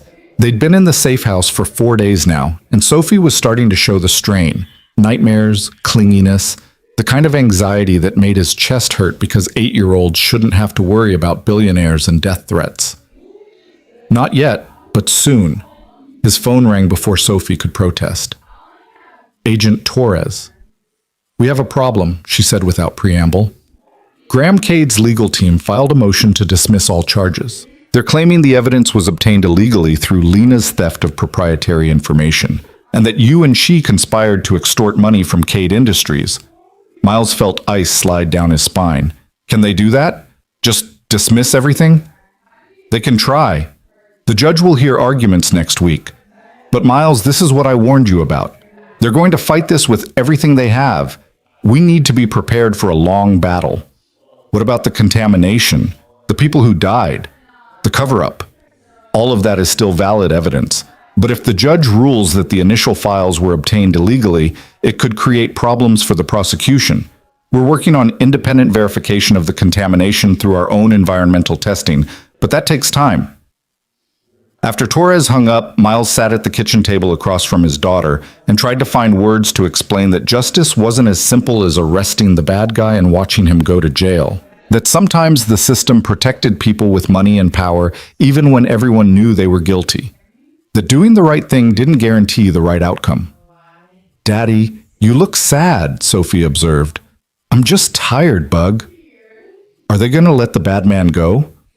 Sometimes her perceptiveness was terrifying. They're trying, but we're not going to let that happen. The next few days crawled by in a blur of legal updates and media coverage that swung wildly between supporting Miles as a hero and condemning him as an opportunist. Graham Cade gave another press conference, this time flanked by lawyers who spoke about presumption of innocence and prosecutorial overreach, and how this was really about a disturbed young woman and a desperate man trying to profit from tragedy. Lena called every night from her own secure location, her voice getting smaller and more defeated with each conversation.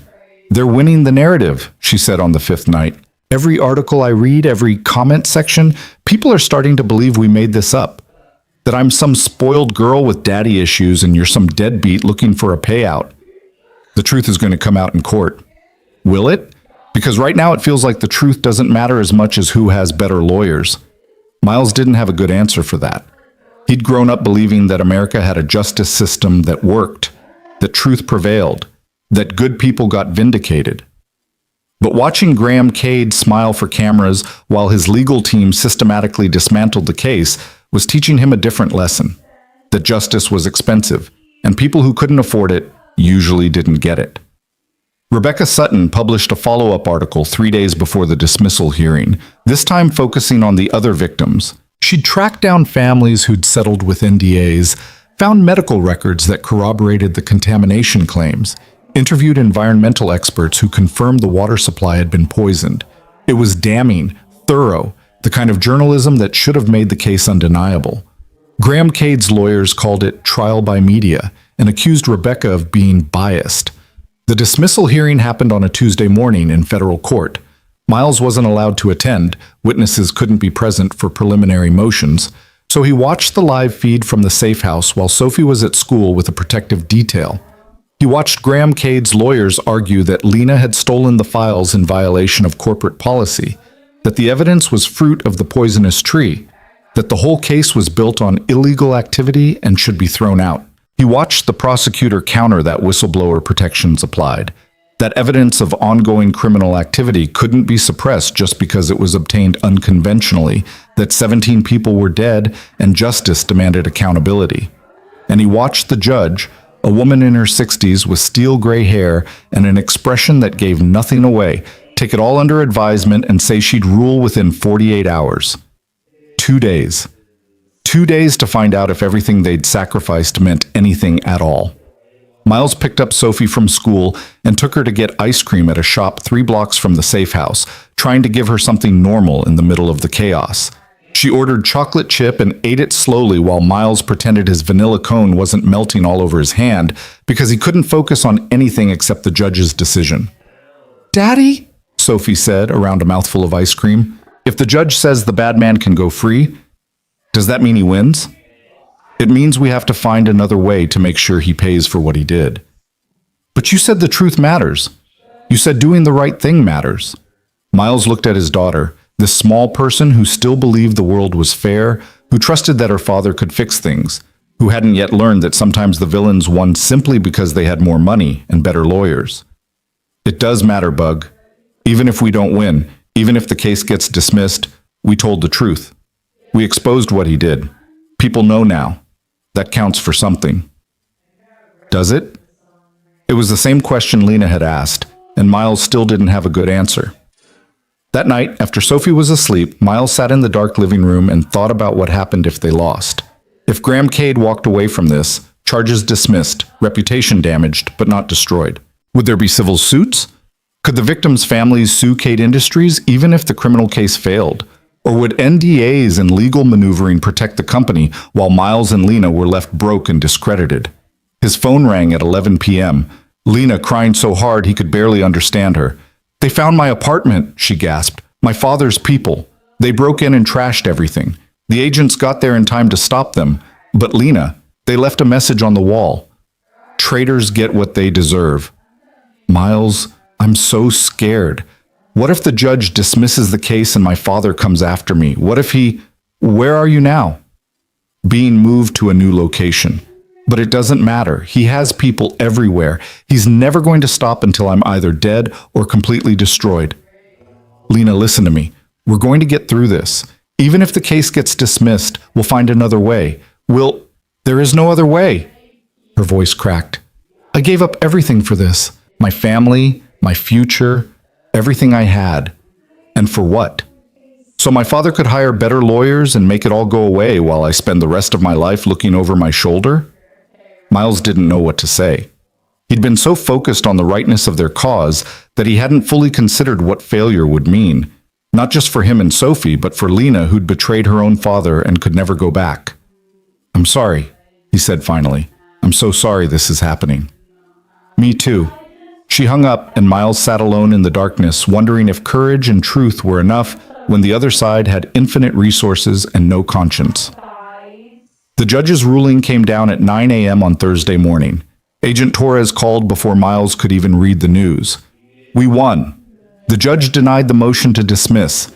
She ruled that whistleblower protections apply and that evidence of ongoing criminal activity is admissible regardless of how it was obtained. The case is moving forward.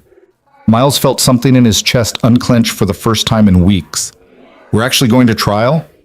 We're going to trial. Opening statements are scheduled for 3 months from now, which means we have 3 months to prepare you and Lena to testify, to shore up our evidence, to build a case that a jury can't ignore. 3 months. It felt like forever and no time at all. That evening, Miles and Sophie were finally cleared to return to their apartment building. The SUVs were gone.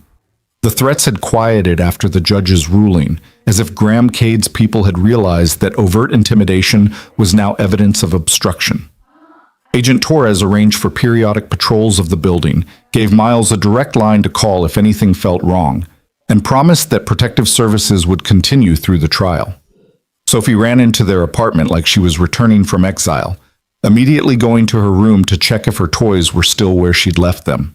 Miles stood in the living room that felt both familiar and strange, looking at the kitchen table Lena had fixed, at the drawings on the refrigerator, at all the pieces of a life that had been shattered and was now slowly being reconstructed. Mrs. Chen appeared at his door within 5 minutes, carrying a casserole dish. Welcome home. You look like you haven't eaten real food in weeks. I haven't. Thank you.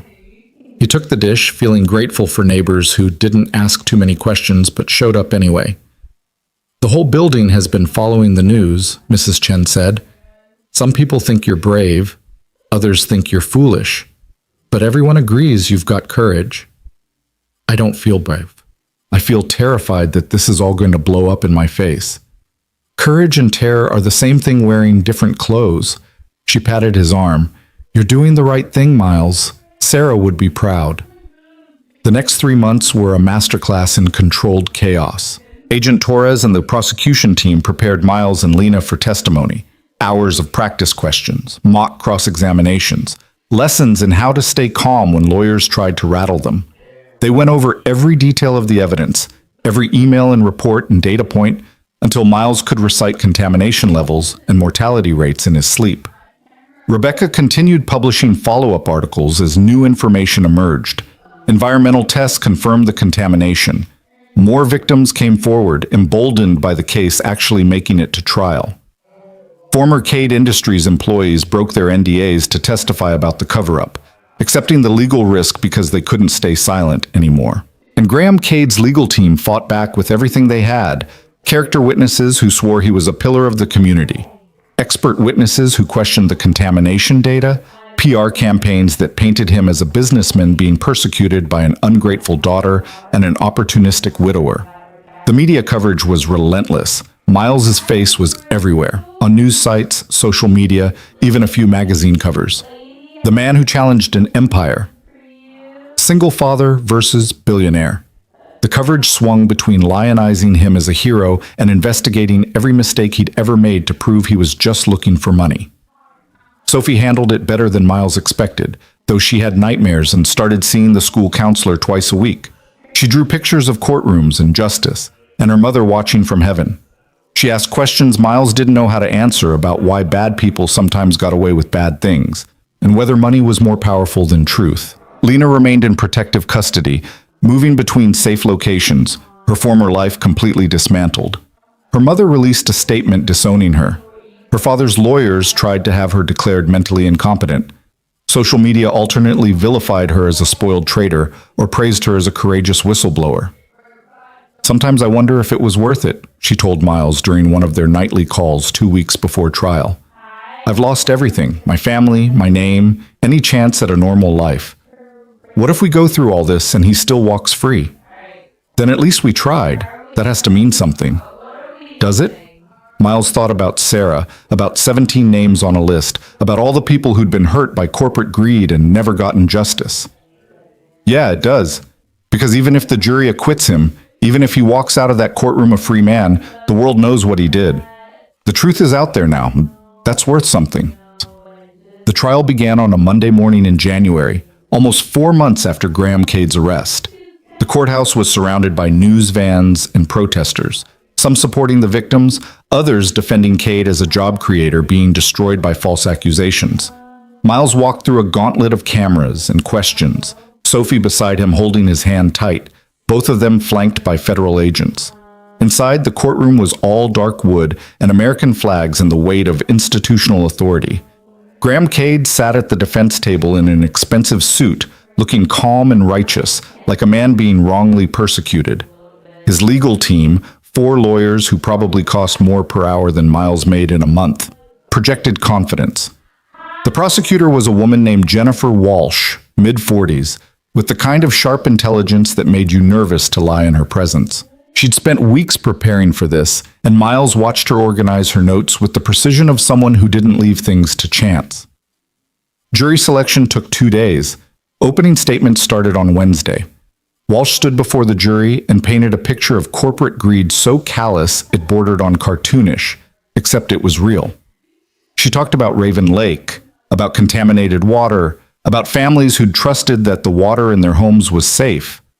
She talked about 17 people who'd died, showing their photos on a screen while family members wept in the gallery. She talked about Graham Cade knowingly, deliberately, systematically covering up evidence to protect his profits and his reputation.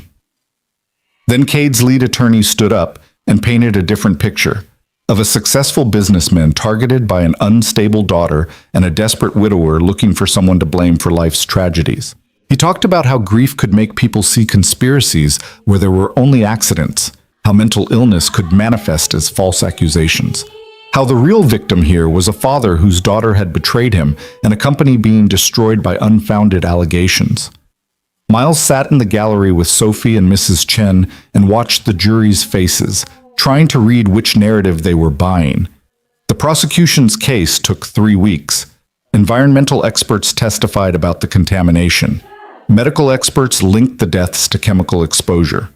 Former Cade Industries employees described the deliberate cover-up, the orders to suppress reports, the intimidation of anyone who questioned company policy. Rebecca Sutton testified about her investigation and the patterns she'd uncovered, and then it was Miles's turn. He walked to the witness stand on a Thursday morning, raised his right hand, and swore to tell the truth. Walsh approached with a kind expression that was probably meant to be reassuring, but mostly just reminded Miles that he was about to have his entire life examined by strangers. "Mr. Hart, can you tell the jury about your wife, Sarah?" Miles took a breath. She was the best person I ever knew. Kind, funny, patient. She loved books and terrible puns and our daughter more than anything in the world. She worked at the library because she believed everyone deserved access to stories, to knowledge, to hope. When did she die? About 1.5 years ago. She had a heart attack. The doctors said it was cardiomyopathy. Her heart just gave out. She was 32. Did they give you any indication of what might have caused such a young woman to develop a fatal heart condition? They said sometimes it just happens, that there's no explanation. that we should be grateful she didn't suffer long. But you later learned there was an explanation, didn't you? Miles looked at Graham Cade, who sat stone-faced at the defense table. Yes, I learned that my wife had been poisoned, that she'd lived in a house near Raven Lake that had contaminated water, and that over time the chemicals in that water destroyed her heart. I learned that it wasn't bad luck or genetics or random chance. It was murder. The defense attorney objected, inflammatory language, but the judge allowed it with a warning to stick to facts. Walsh walked Miles through everything, meeting Lena, finding the USB drive, the contents of the files, the list of victims with Sarah's name, the confrontations with Voss, the attempt on his life. Every detail laid out for the jury to examine. Then came cross-examination. Cade's attorney was a man named Robert Thornton, silver-haired and sharp-eyed, who approached Miles like a predator approaching wounded prey. Mr. Hart, how much money have you made from this case? None. None? But surely you're planning to file a civil suit against Cade Industries, seeking damages for your wife's death? I haven't decided yet. But it's crossed your mind, the possibility of a large settlement? What's crossed my mind is that my wife was murdered and the person responsible should be held accountable. Thornton smiled thinly. Noble words. Let's talk about your financial situation before all this began. You were struggling, weren't you? Behind on bills, barely making ends meet? I'm a single father working 2 jobs. Yeah, money was tight. Tight enough that $400 a month in rent from a mysterious tenant seemed too good to be true? I needed the income. That's not a crime. No, but it does establish a motive. A desperate man sees an opportunity. A young woman with access to her father's company, files that could be twisted to support a false narrative, a chance at a payout that would solve all his problems. Miles felt anger rise in his chest. My wife died. That's not a false narrative. That's my reality. Your wife died of heart disease, tragic, but not necessarily criminal. Isn't it possible you've convinced yourself of a conspiracy because the alternative, that sometimes bad things just happen, is too difficult to accept? No, because I've seen the evidence. I've read the reports. I know what Cade Industries did. Evidence provided by Lena Cade, a young woman with documented mental health issues and a troubled relationship with her father. Evidence that was stolen, I might add. The evidence is real whether she stole it or not. Thornton went on for another hour, picking at Miles' credibility, his finances, his relationship with Lena, every possible angle to make the jury doubt his testimony. By the time Miles stepped down, he felt like he'd been flayed alive. Lena testified the next day. She walked to the stand looking smaller than Miles remembered, but her voice was steady as she swore the oath. Walsh took her through the evidence methodically, how she'd found the files, what they contained, why she'd chosen to expose her father rather than protect him. I watched my father build an empire by treating people as disposable, Lena said. I watched him lie and manipulate and destroy anyone who got in his way. And I told myself it was just business, that this was how successful people operated. But then I saw the victim list. I saw Sarah Hart's name, and I realized these weren't just numbers in a spreadsheet. These were people. Real people with families and dreams and futures that my father had stolen for profit. And I couldn't stay silent anymore. Walsh asked the question that everyone wanted answered. Why did you go to Miles Hart specifically? Because he was still fighting. Most of the other families had been paid off or scared off or just worn down by grief. But Miles was still there, still trying to take care of his daughter, still looking for answers. I hoped, that if I showed him the truth, he'd be willing to help me expose it. I needed someone who had standing, who'd been directly harmed, who could be a credible witness. But I also, her voice broke, I also wanted to make it right. I wanted to give him justice for what my father had done to his family. Then came Thornton's cross-examination, and it was brutal. He went after her mental health history, the therapist she'd seen as a teenager, the anxiety medication, the depression that had followed her mother's emotional abuse. He painted her as unstable, as someone with a grudge against her father, as a girl who'd manufactured a conspiracy to justify her own feelings of inadequacy.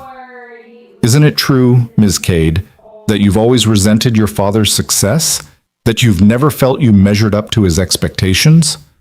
I resented that he valued money over human life, Lena shot back. That's not the same thing. But you have a history of seeing him as the villain in your story, don't you? Your therapist's notes indicate you blamed him for your mother's unhappiness, for your own struggles, for essentially every problem in your life. Because he caused those problems, he was emotionally abusive to both of us. He made our lives hell whenever we didn't perform according to his standards. Yes, I blamed him, because he was to blame. Or because it was easier than accepting responsibility for your own issues? Walsh objected, and the judge sustained it, but the damage was done. Thornton had planted doubt, not about the facts, but about Lena's motivations for exposing them. The defense's case lasted a week. They brought in character witnesses who swore Graham Cade was generous and ethical. They brought in their own experts who questioned the environmental data and suggested alternative explanations for the deaths. They painted a picture of a successful businessman being destroyed by a vindictive daughter and a grieving widower who'd latched onto a conspiracy theory. And through it all, Graham Cade sat at the defense table projecting wounded innocence, like he couldn't understand why anyone would believe such terrible things about him. Closing arguments happened on a Friday morning. Walsh summarized the evidence with precision, building a case brick by brick. Contamination data, mortality records, internal memos proving knowledge and cover-up, witness testimony establishing a pattern of corporate malfeasance. She ended by asking the jury to think about Sarah Hart, about the other 16 victims, about all the families who'd lost someone because a billionaire had decided profit mattered more than human life. Thornton's closing argument was equally compelling. He talked about reasonable doubt, about how the prosecution hadn't definitively proved that Graham Cade had personally ordered the cover-up. He talked about how tragic deaths didn't necessarily mean criminal activity, how sometimes correlation wasn't causation, how a father's love for his missing daughter didn't make him a murderer. The jury began deliberations on Monday morning. Miles took Sophie back to their apartment to wait, because there was nothing else to do. Agent Torres had warned him it could take days or even weeks for a verdict in a case this complex. So he waited, and tried not to lose his mind. 3 days passed, then 4, then 5. On the 6th day, Miles's phone rang at 9 p.m. Torres. "We have a verdict. The jury's coming back tomorrow morning at 10 a.m. Miles barely slept that night. He lay in bed thinking about everything that had led to this moment. Sarah's death, Lena's courage, his own decision to fight back instead of staying silent. He thought about what it would mean if they lost, if Graham Cade walked out of that courtroom a free man. And he thought about what it would mean if they won, if justice actually prevailed for once. The courtroom was packed the next morning. Miles sat in the gallery with Sophie on one side and Mrs. Chen on the other, his hands clenched so tight his knuckles were white. Lena sat with the prosecution team, looking pale and terrified. Graham Cade sat at the defense table looking confident, like this was already decided in his favor. The jury filed in, and Miles tried to read their faces but couldn't see anything definitive. The foreperson, a middle-aged black woman who'd been taking copious notes throughout the trial, stood when the judge asked if they'd reached a verdict. "We have, Your Honor." "On the charge of conspiracy to commit fraud, how do you find the defendant?" "Guilty." The word hit the courtroom like a bomb. Graham Cade's confident expression cracked. Murmurs rippled through the gallery. "On the charge of reckless endangerment resulting in death?" "Guilty." "On the charge of obstruction of justice?" "Guilty." The judge went through all 17 counts, one for each death, and the jury found Graham Cade guilty on every single one. Miles felt tears streaming down his face, felt Sophie squeeze his hand so tight it hurt, felt Mrs. Chen patting his shoulder while she cried too. Guilty. On all counts. Guilty. Graham Cade stood staring at the jury like he couldn't process what was happening. His lawyers were already talking about appeals, about errors in the proceedings, but the judge was setting a sentencing date and remanding Cade into custody pending that hearing. Federal marshals approached the defense table. Graham Cade, billionaire, CEO, man who'd thought himself untouchable, was handcuffed and led out of the courtroom while cameras flashed and people cheered and his lawyers protested that this was a miscarriage of justice. But it wasn't. For once, the system had actually worked. For once, money and power hadn't been enough to escape accountability. For once, the truth had mattered more than the narrative. Outside the courthouse, Miles stood on the steps with Sophie and Lena while reporters shouted questions. Agent Torres had arranged for a brief statement, and Walsh stood at the microphone first. Today, justice was served. Graham Cade was held accountable for his actions, and 17 families finally have closure. This verdict sends a message that no one is above the law, regardless of wealth or power. Then she stepped aside and nodded to Miles. He approached the microphone with Sophie still clutching his hand. "My wife Sarah deserved to live a long life," Miles said, his voice shaking. "She deserved to watch our daughter grow up. She deserved all the things that were stolen from her by corporate greed and criminal negligence. This verdict doesn't bring her back, but it means her death mattered. It means all 17 victims mattered. And it means that sometimes, not always, but sometimes, courage and truth are enough to overcome money and power."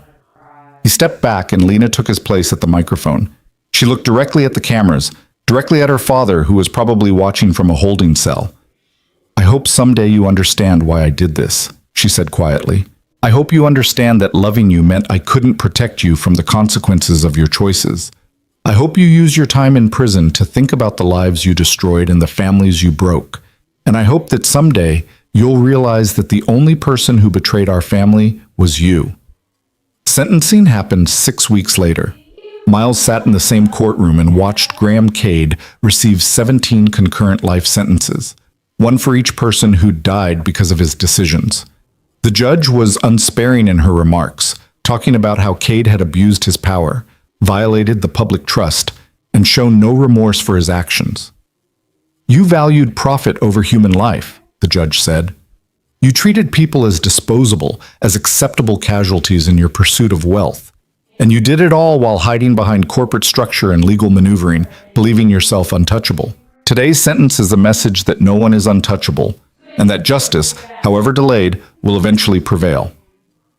Graham Cade was led away in shackles, and Miles felt something in his chest finally release. It was over.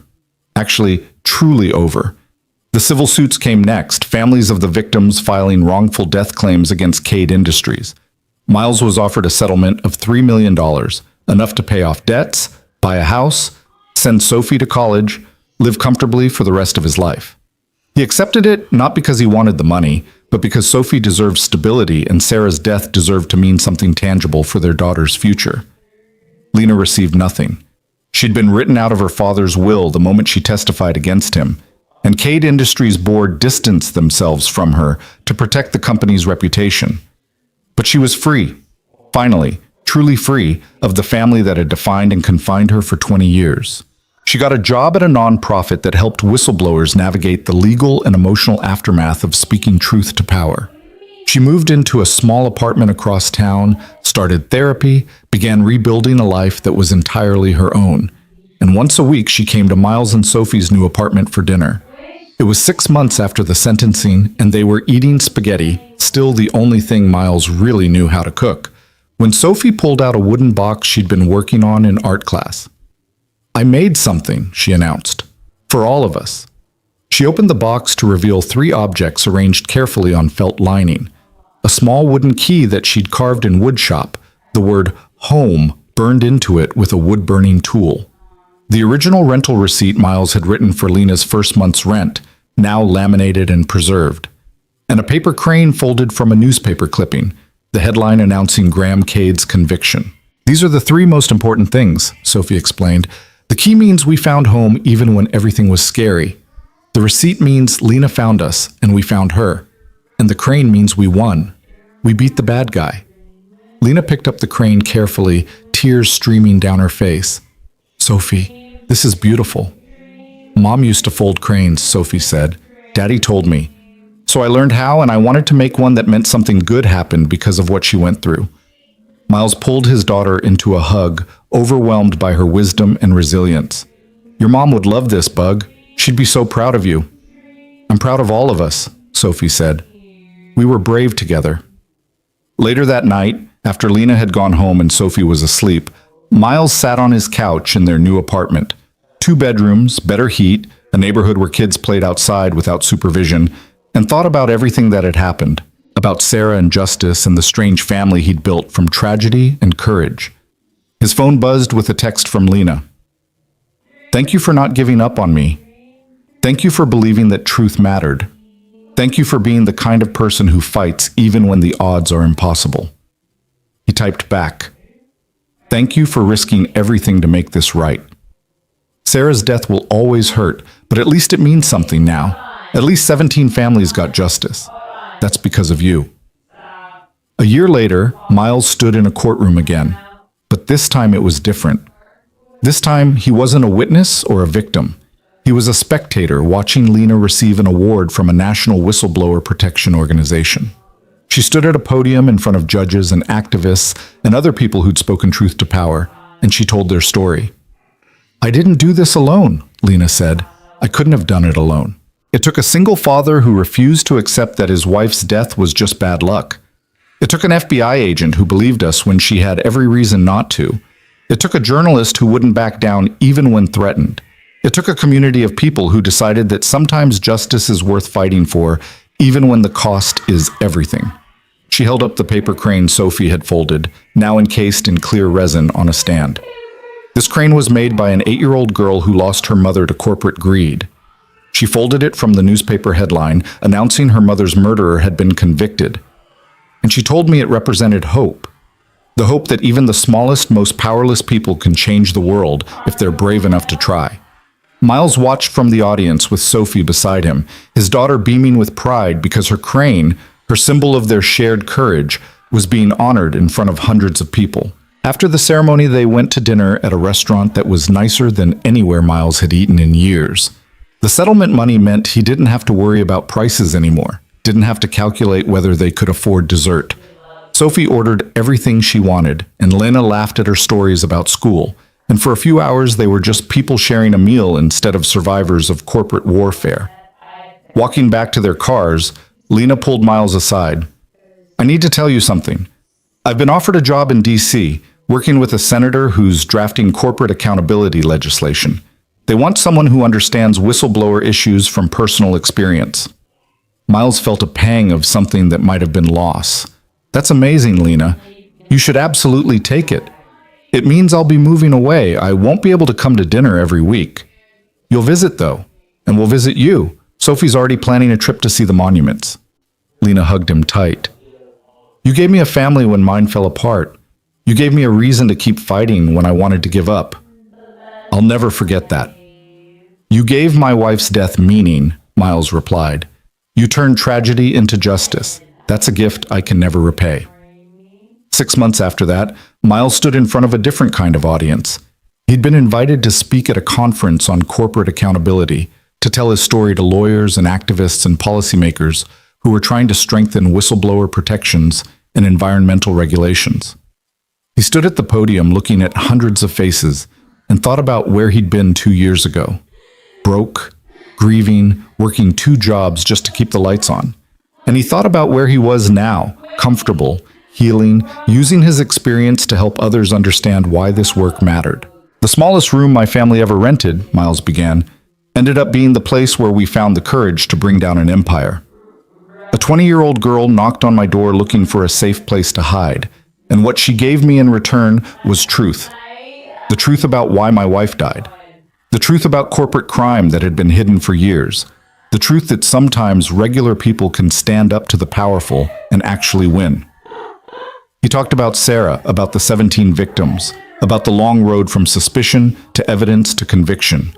He talked about the costs, the fear, the intimidation, the constant uncertainty, but he also talked about the rewards that had nothing to do with money. "My daughter knows what her mother died for now," Miles said. "She knows that Sarah's death wasn't random or meaningless. She knows that we fought back and won, and she's growing up understanding that courage isn't the absence of fear, it's being terrified and doing the right thing anyway." In the front row, Sophie sat between Mrs. Chen and Agent Torres, who'd become something like an extended family over the past 2 years. Sophie was holding the wooden box she'd made, the one with the key and the receipt and the paper crane. And when Miles finished speaking, she held it up like a trophy, like proof that small people could make big changes. The standing ovation lasted 3 minutes. Afterward, a young woman approached Miles nervously. "Mr. Hart, I work for a company that I think is covering up environmental contamination. I've been collecting evidence, but I'm terrified of what will happen if I come forward. How did you find the courage? Miles thought about that question, about the morning he'd found the red USB drive, about the decision to keep fighting when it would have been easier to walk away, about Sarah and Sophie and Lena and all the people who'd been harmed by corporate greed. I didn't find courage, he said honestly. Courage found me when I had no other choice. When staying silent felt worse than speaking up. When I realized that protecting my daughter meant teaching her that some things are worth fighting for even when you're scared. He paused. But you don't have to do it alone. Find allies, document everything, and remember that the truth is powerful even when it feels like you're powerless. The woman nodded, tears in her eyes, and walked away clutching a business card for Lena's nonprofit. That night, Miles tucked Sophie into bed in their safe, warm apartment. She'd grown 3 inches in the past year. Her hair was finally long enough for the braid she'd wanted, and she was reading chapter books that Sarah would have loved. "Daddy?" she asked as he pulled the covers up. "Do you think Mom knows we won?" "Yeah, Bug. I think she knows. And she's proud?" "She's incredibly proud. Of both of us." Sophie hugged Mr. Hopscotch close. "I'm going to be brave like you when I grow up. I'm going to fight bad guys and make sure people get justice." Miles kissed her forehead. "You're already brave, Sophie. You've been brave since the day you were born." After she fell asleep, Miles walked to his own room and opened the drawer where he kept Sarah's things, her wedding ring, photos, a note she'd written him years ago that said, "You're my favorite person in the whole world." He'd read it so many times the paper was wearing thin at the folds. "We did it," he whispered to the empty room, to the ghost of his wife who he'd loved and lost and avenged. "Graham Cade is in prison. The victims got justice. Lena is safe and building a life. Sophie is healing. We actually did it." The room didn't answer, but Miles felt something settle in his chest. Not closure exactly, because grief didn't work that way, but peace.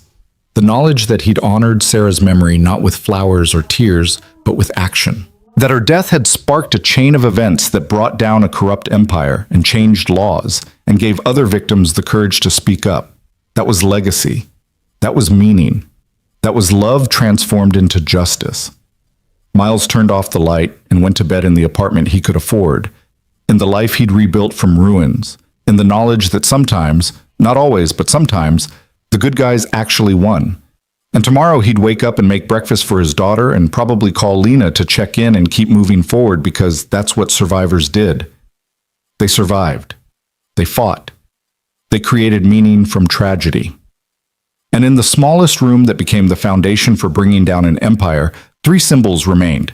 A wooden key that said home, a rental receipt that said hope, and a paper crane folded from Triumph that said truth matters. Those 3 things, home, hope, and truth, turned out to be enough to change the world.